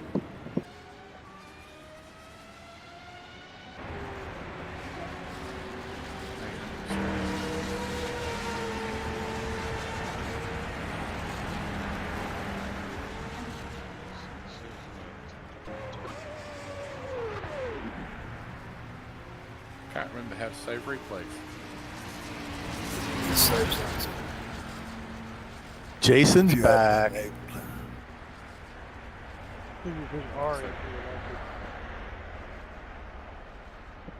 Nice win, Brian. Sorry, just doing my first ever victory lap. Yeah, that was great. Fuel crossing the line. Oh man, did you two? Good Yeah, I was saving like crazy at the end. That last Yeah, pit. same. I fucked up and pitted 1 lap too early. Shit, I took 10 gallons too much. Ben, where did it run out? Loads too much. I run out down sunset, down back straight. I've won Sebring. Good job, Barry. Were you at soft at the end? Yes. It showed. That was great. You've got to tell me, like, what was your fuel strategy? Were you stopping, like, 100 liters, or were you doing, like, 80 liters or something? 90, 60, 90. Huh. Wait a minute. Weird. You didn't win the entire thing, right? You won out. I won M, yeah. Yeah, I won And I out. got 5th overall. Oh, First ever victory. what did... Michael, your brakes were dragging. Who? Who? Michael's brakes were dragging. Whose brakes were dragging? Mike. Mike. Michael David. And fuel saving with only 3 gears was hell. What happened George. to the fourth gear? No, I had fourth gear and I had second gear. What happened to third gear? The micro switch on my shifter is obviously gone. So I didn't have first, third, or fifth. I think this answers your question, Brian, why I'm am. But yeah. Hey, I got fifth. That's not too bad for an AM driver. No, but like I cannot even. And this is my setup on that car, by the way. Well, you were driving Everybody. You were driving hard. So it looked like you were having trouble under braking too there, George. Which one? Your last corner? Coming off the brakes at turn 7. Yeah, I had that because I was going deep, but the biggest problem was like, so the plan was to originally go softs and then change to softs. But then after 6 laps, I had my spin on the soft, so I thought, nope. And then I checked the track temperature and it was 41 degrees, so it was cooking them. So I said, there's no way I can do like a stint and a half in softs. So I still think there's something going on with the rear end of that thing, because it's when I come off the brakes is when it wants to loop. And I'm not going that fast. Yeah, we found that out in practice, that you got to be really soft coming off the brakes. It is the COP migration on the car. It's a center of pressure moves forward too much when you're coming off the brakes, where it kicks the car around like that. Yeah, it does. There is probably a way to do it, but to fix it by just changing the downforce level on the car. So decrease, so basically move the COP backwards on the car. Rebound at the rear? Yeah, put it more into the rear, or reduce actually downforce on the front. That's the problem with the car. It has too much downforce on the front. Well, I was running the Le Mans Low, downforce. Low. yeah, but you need to go even lower. That's what I'm saying. It doesn't go lower, does it? I know, but that's what I'm saying. We need to make that change. But other than that, yeah. Elsewise, you have to be like very smooth on coming off, or else. Yeah. I learned a lot come Saturday. Because I had no idea how much fuel to get or anything. I was just driving. George, your fuel strategy was perfect. I finished the Not for with 5 me. liters. No, I was I was 0.1 liter short, so I had to actually do a pit stop that put me into a fight with Gilles at the end, which we had a good fun. And then in the last corner, I think I spun it 3 times on that corner on downshift to third. It's like too early. I had no rear diffuser. When I lost the rear diffuser, man, that car started to be like a top. I was just pointing the car into the corner, and I had to apply right Second away. race, I didn't pass in the second lap.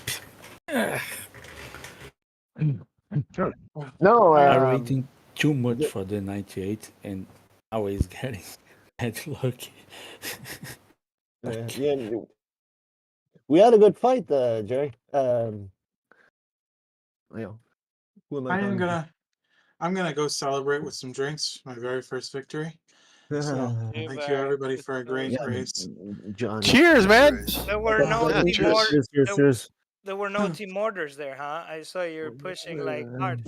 I was waiting for you to get out of the way, man. I almost passed you, and you were like, "Nah." I wanted that one. You hit me. I wanted that win. I was happy.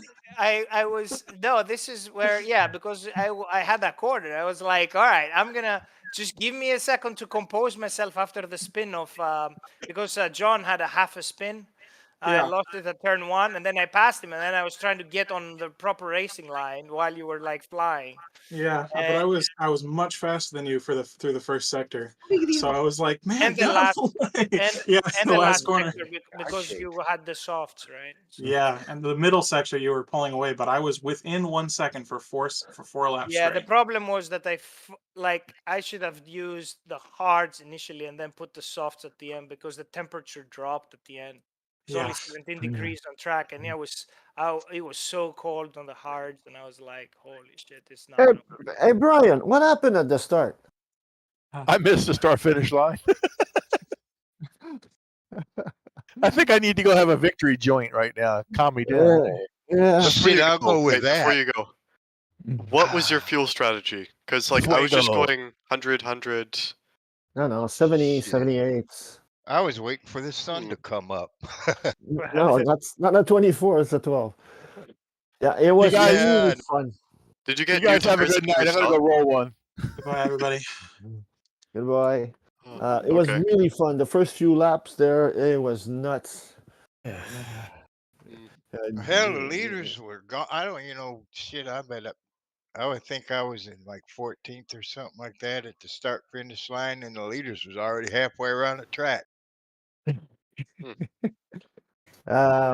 I don't know who I was following, but we were obviously going too slow. Yeah, Johnny, when we were fighting mid race, Yeah. you got squiddly at Jean de Bien. Yeah, the car, as time goes by, I noticed the car just gets. The rears Yeah. were faster than the front.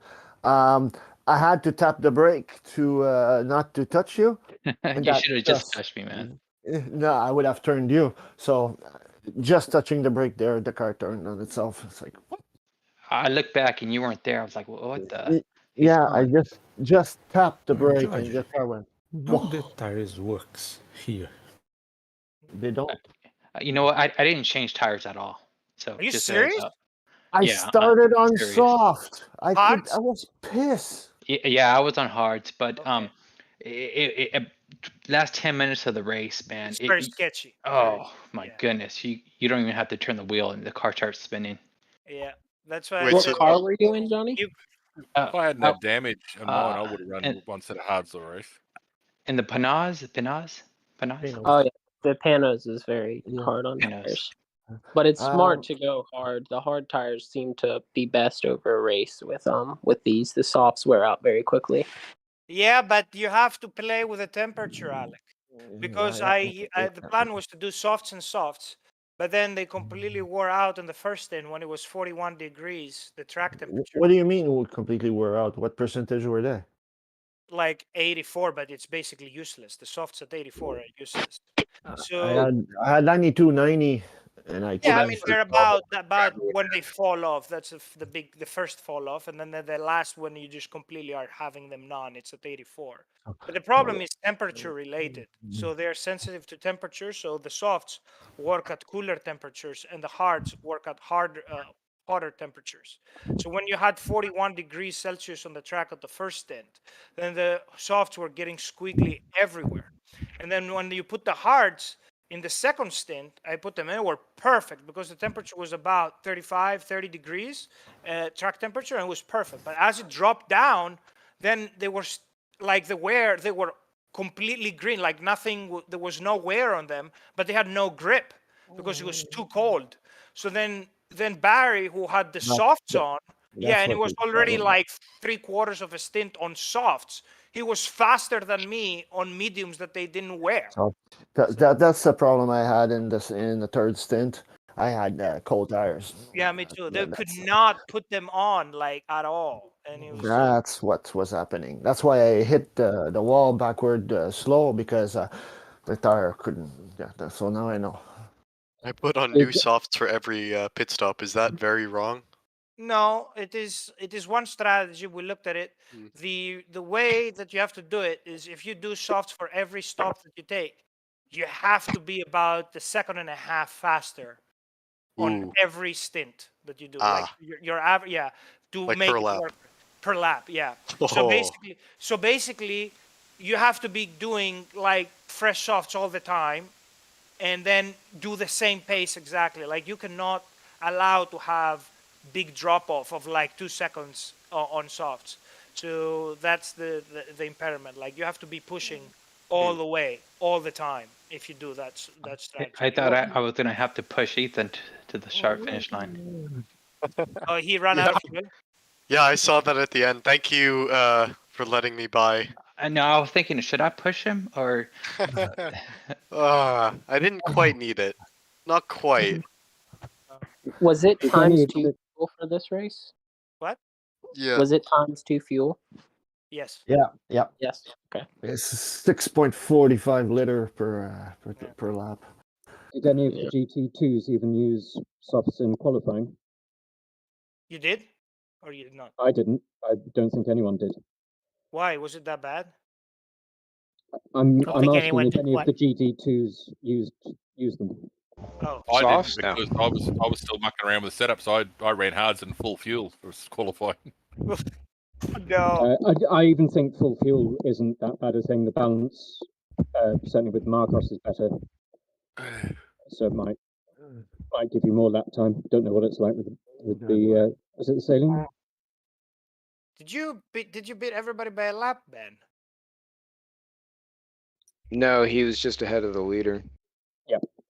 Ah. Which was a bad thing. Who is the person called the bear? Probably a convict. This is convict? Ross. No, it's his Ross's other account computer. It's his dad. Oh, okay. Trying to make sure I have everybody turned up so I can hear them. That's good. You won't hear the bear. Well, yeah, those following that Marcos, it's a white ass car. Oh yeah, you can't miss it. Oh, that's fine to know. The neon light, they're not too bright on the paint job? No, you're fine. The problem I have with the Panoz is like that its headlights, like you can see it if you have one Panoz behind you, you can see it from miles away when the lights are coming and flashing towards you. And That's it's good. like, no, it's not, because it stresses me out. And then I look up behind. That's why it's good. That's why it's good. Oh boy. Yeah. Good racing, Jason. Sorry if I like bumped anything off your car. I hope I didn't. No, it was fine. I was trying to fuel save and just stay where I was. My tires weren't so great at the time, so I was trying to be cautious. But it was fine. Nothing happened. So you lasted, Jason. Yeah, I was you lasted surprised. second. Yeah, it was awesome. I needed that. So I mean, not even the position, just to finish a full race. But finished Sebring in second place. When I saw you were trying the cars, and I said, like, I thought you was a Nissan guy. And then all of a sudden, I see him race day with a Nissan, and then climbing up positions. Like, yeah, there it is. He found the Datsun. It was very comfortable. I had done 2 practice sessions yesterday and the day before for a little bit of time, and Sunday quite a bit of time, just on and off. So I had the car really comfortable, and it just I got lucky a couple times, a couple big slides, and then I had a huge flat spot, and that's when I decided to pit with. I didn't know exactly the fuel. I was just sort of driving, gauging it that way. And when I went in, I only put like 10 more gallons in it. So I should have put a little more. I wouldn't have had the fuel save so much, but it was fun. It was fun.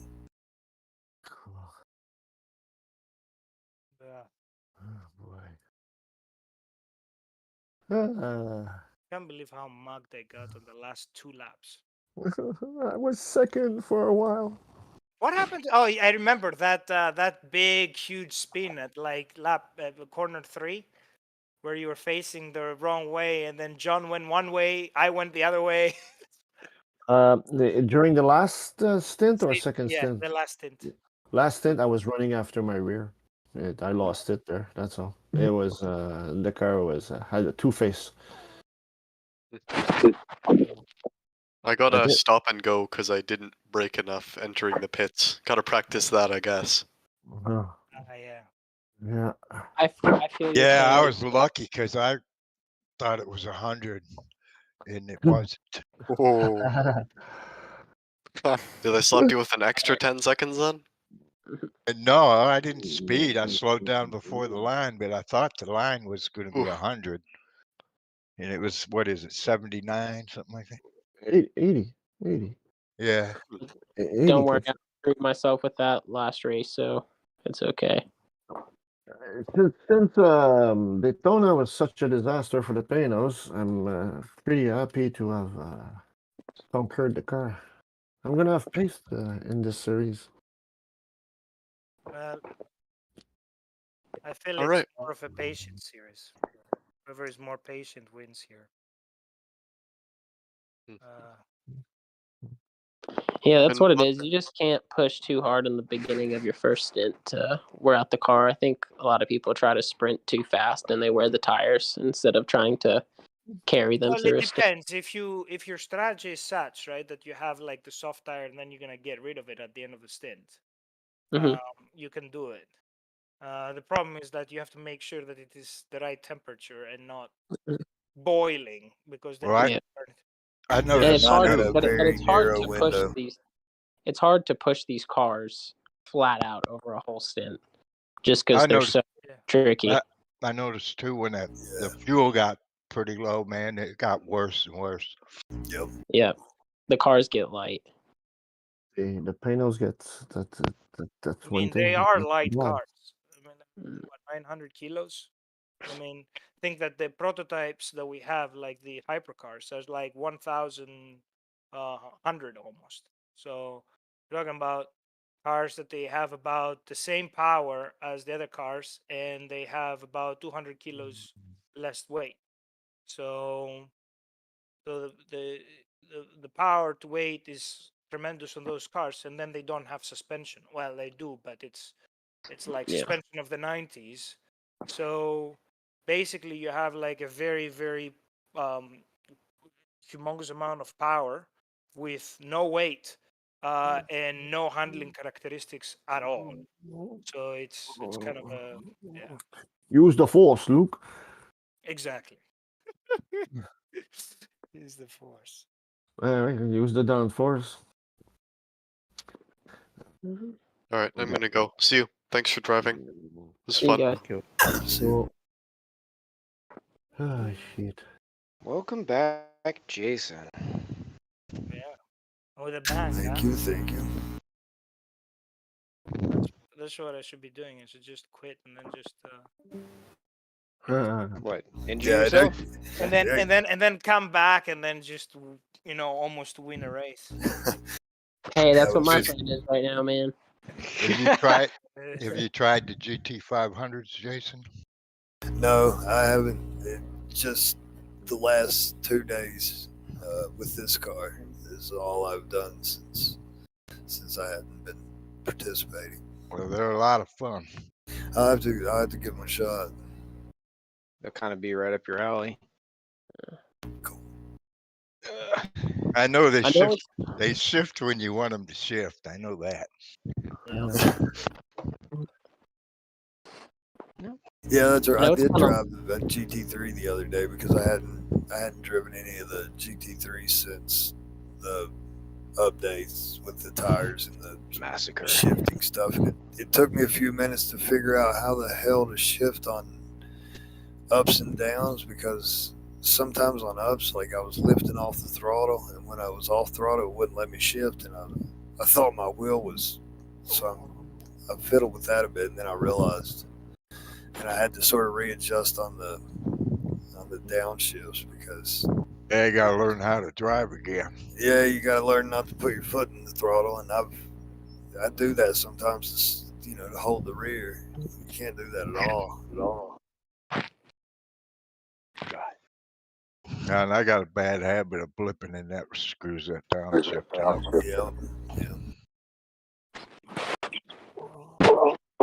Don't do that. Rossi Smythe, not a bad showing, I see. Well, it could have been better had there actually been some fuel strategy. There was no fuel strategy. Well, there was a very bad fuel strategy. Yeah, I involved stopping Yeah. twice. That's kind of how mine was. If I'd have had a fuel strategy and not been so uncomfortable the last 2 bits of stints, because I did a full stint and then I did I kept the same softs going into the second stint, and about 3 or 4 laps in, I'm like, oh, this was a mistake, because the fronts were already down in the mid 80s. They hadn't quite got low 80s yet. But then I slid through one of the right-handers. I thought I was going to the wall, and somehow it just stayed on the track, and I got back in and kept it there. But I drove a few laps like that with big flat spots until I thought I would, be able to have enough fuel to the end. because I could only add so much more. And yeah, I got lucky. It was just circumstance. Not having too much issue. Probably, my average pace was fairly consistent. I I think probably should have turned off repair damage. That's what I should have done. That cost me about 100 seconds in the pits. Well, a full tank and change of tires was 69 seconds. Well, at least you didn't change wing and not take tires. Oh, I tried that in another race. It took like a minute and a half to change the wing and lost 2 laps. Oh yeah, no, I did that at Daytona in the 23 series. Yeah. It's like, I thought all they had to do, when you watch them do it like on Indy cars and shit, they just turn a knob. And Yeah, there they go. but the thing is that I have it in such a way that you do it only when you take tires, because it happens concurrently to the addition of the tire. But if you don't take tires, then it's gonna do the full amount. So that's why you don't usually stop when you don't take tires. You don't make a wing adjustment if you usually don't take tires. So yeah. But Alec, in your situation, you had a lot of other things going on, like the 3 drive. Yeah, no, I had a lot of other fuck ups that race, so that wasn't the only thing. I didn't know what the fuck I was doing. So I went and fucking after that race. Well, you rolled with it pretty well. Yeah. After that race, I literally went and started practicing where the fucking pit entry was on shit and practicing going into the pit, so I didn't have that shit happen again. Yeah. Well, I don't know if you saw, but your Porsche is apparently destroyed. Which one? Huh? Which Porsche? The the GT3. The Studio 404, yeah. Yeah. So I don't know what you're gonna be doing there, buddy. I don't know yet. I'm gonna have to see. I have a little bit of time until I get back and behind the wheel or something. So by that time, I hope it's gonna be fixed. Yeah, no, we're thinking about switching. I don't know what to yet, but we'll see. So it's hard to do testing because the only thing I can really test with right now is a controller, and that won't really tell me shit. But we'll see. Porsches are getting fucked in real life and in the factor, so it's cool. Yeah. Just like the ACO. Yeah. How was the Marcus, man? I saw that you were doing some manly drifts on that one. That's how you drive it.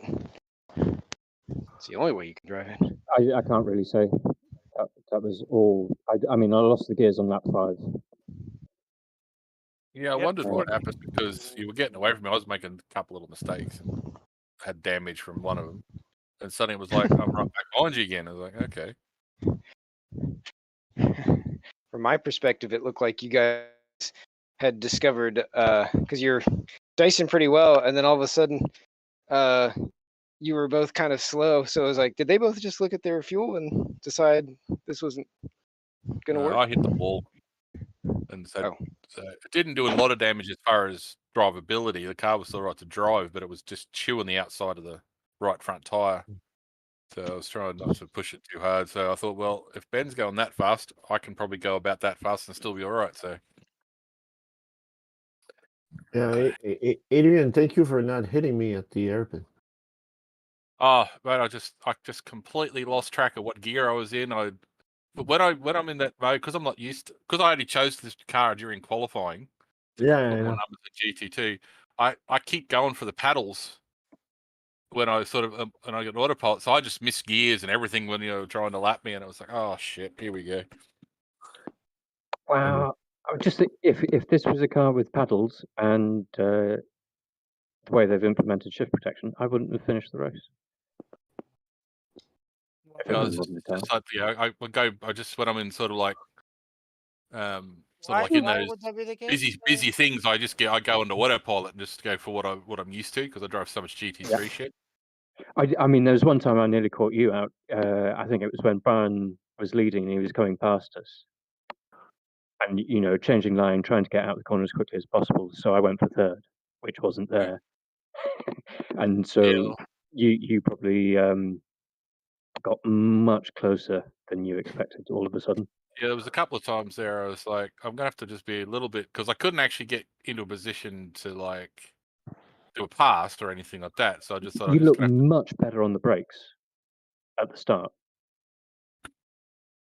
That's just luck. I mean, because like I said, I mean, okay, I had a livery for the car because I was thinking about running it earlier before Daytona, and then I changed my mind. But I've done no practice or no driving of this car since then. So I, like literally, that was just like, that's why I was asking about the diff on the grid because I was trying to work out how to get the thing a bit safer to drive. And did it work? For the most part, I still there's the little flip flop thing. What is it? Turn 2, 3, and 4. That little. It's terrible for everybody. Don't worry about it. I kept doing it wrong because every time I'd got into traffic, it was one of those things where, I'd get into traffic and I just would just lose concentration for a second, and that would grab me every time. But other than that, it seemed to be pretty good to drive actually. Ross and I were having trouble with the Marcos on the brakes at Daytona. So maybe I've nerfed the braking performance just to make it more stable. How is it on the brakes for you, Ross?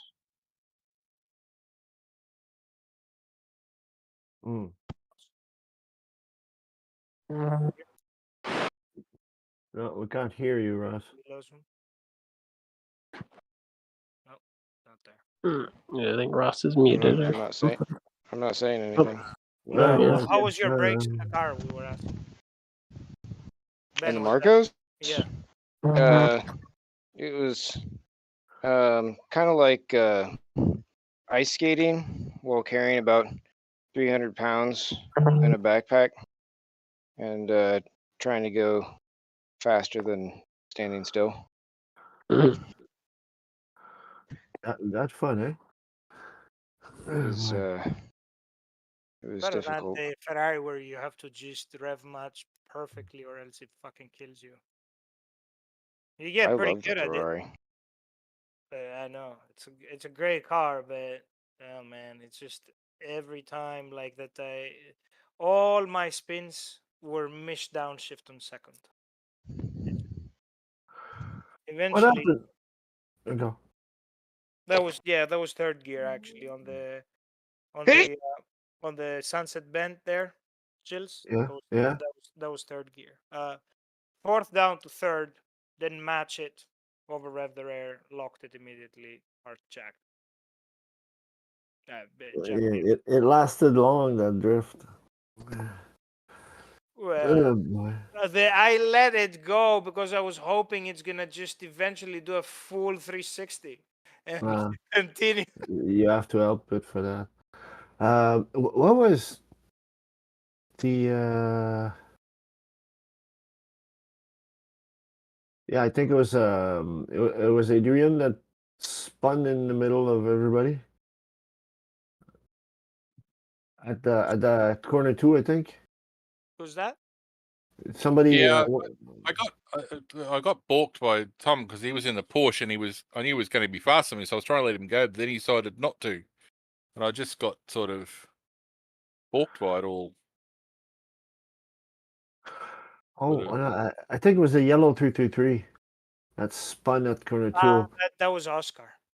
And I went inside in the dirt. I had John in the back, and like, wow, nobody touched anybody. It's like, how did we do that? But Mr. Joe, how was your Mustang?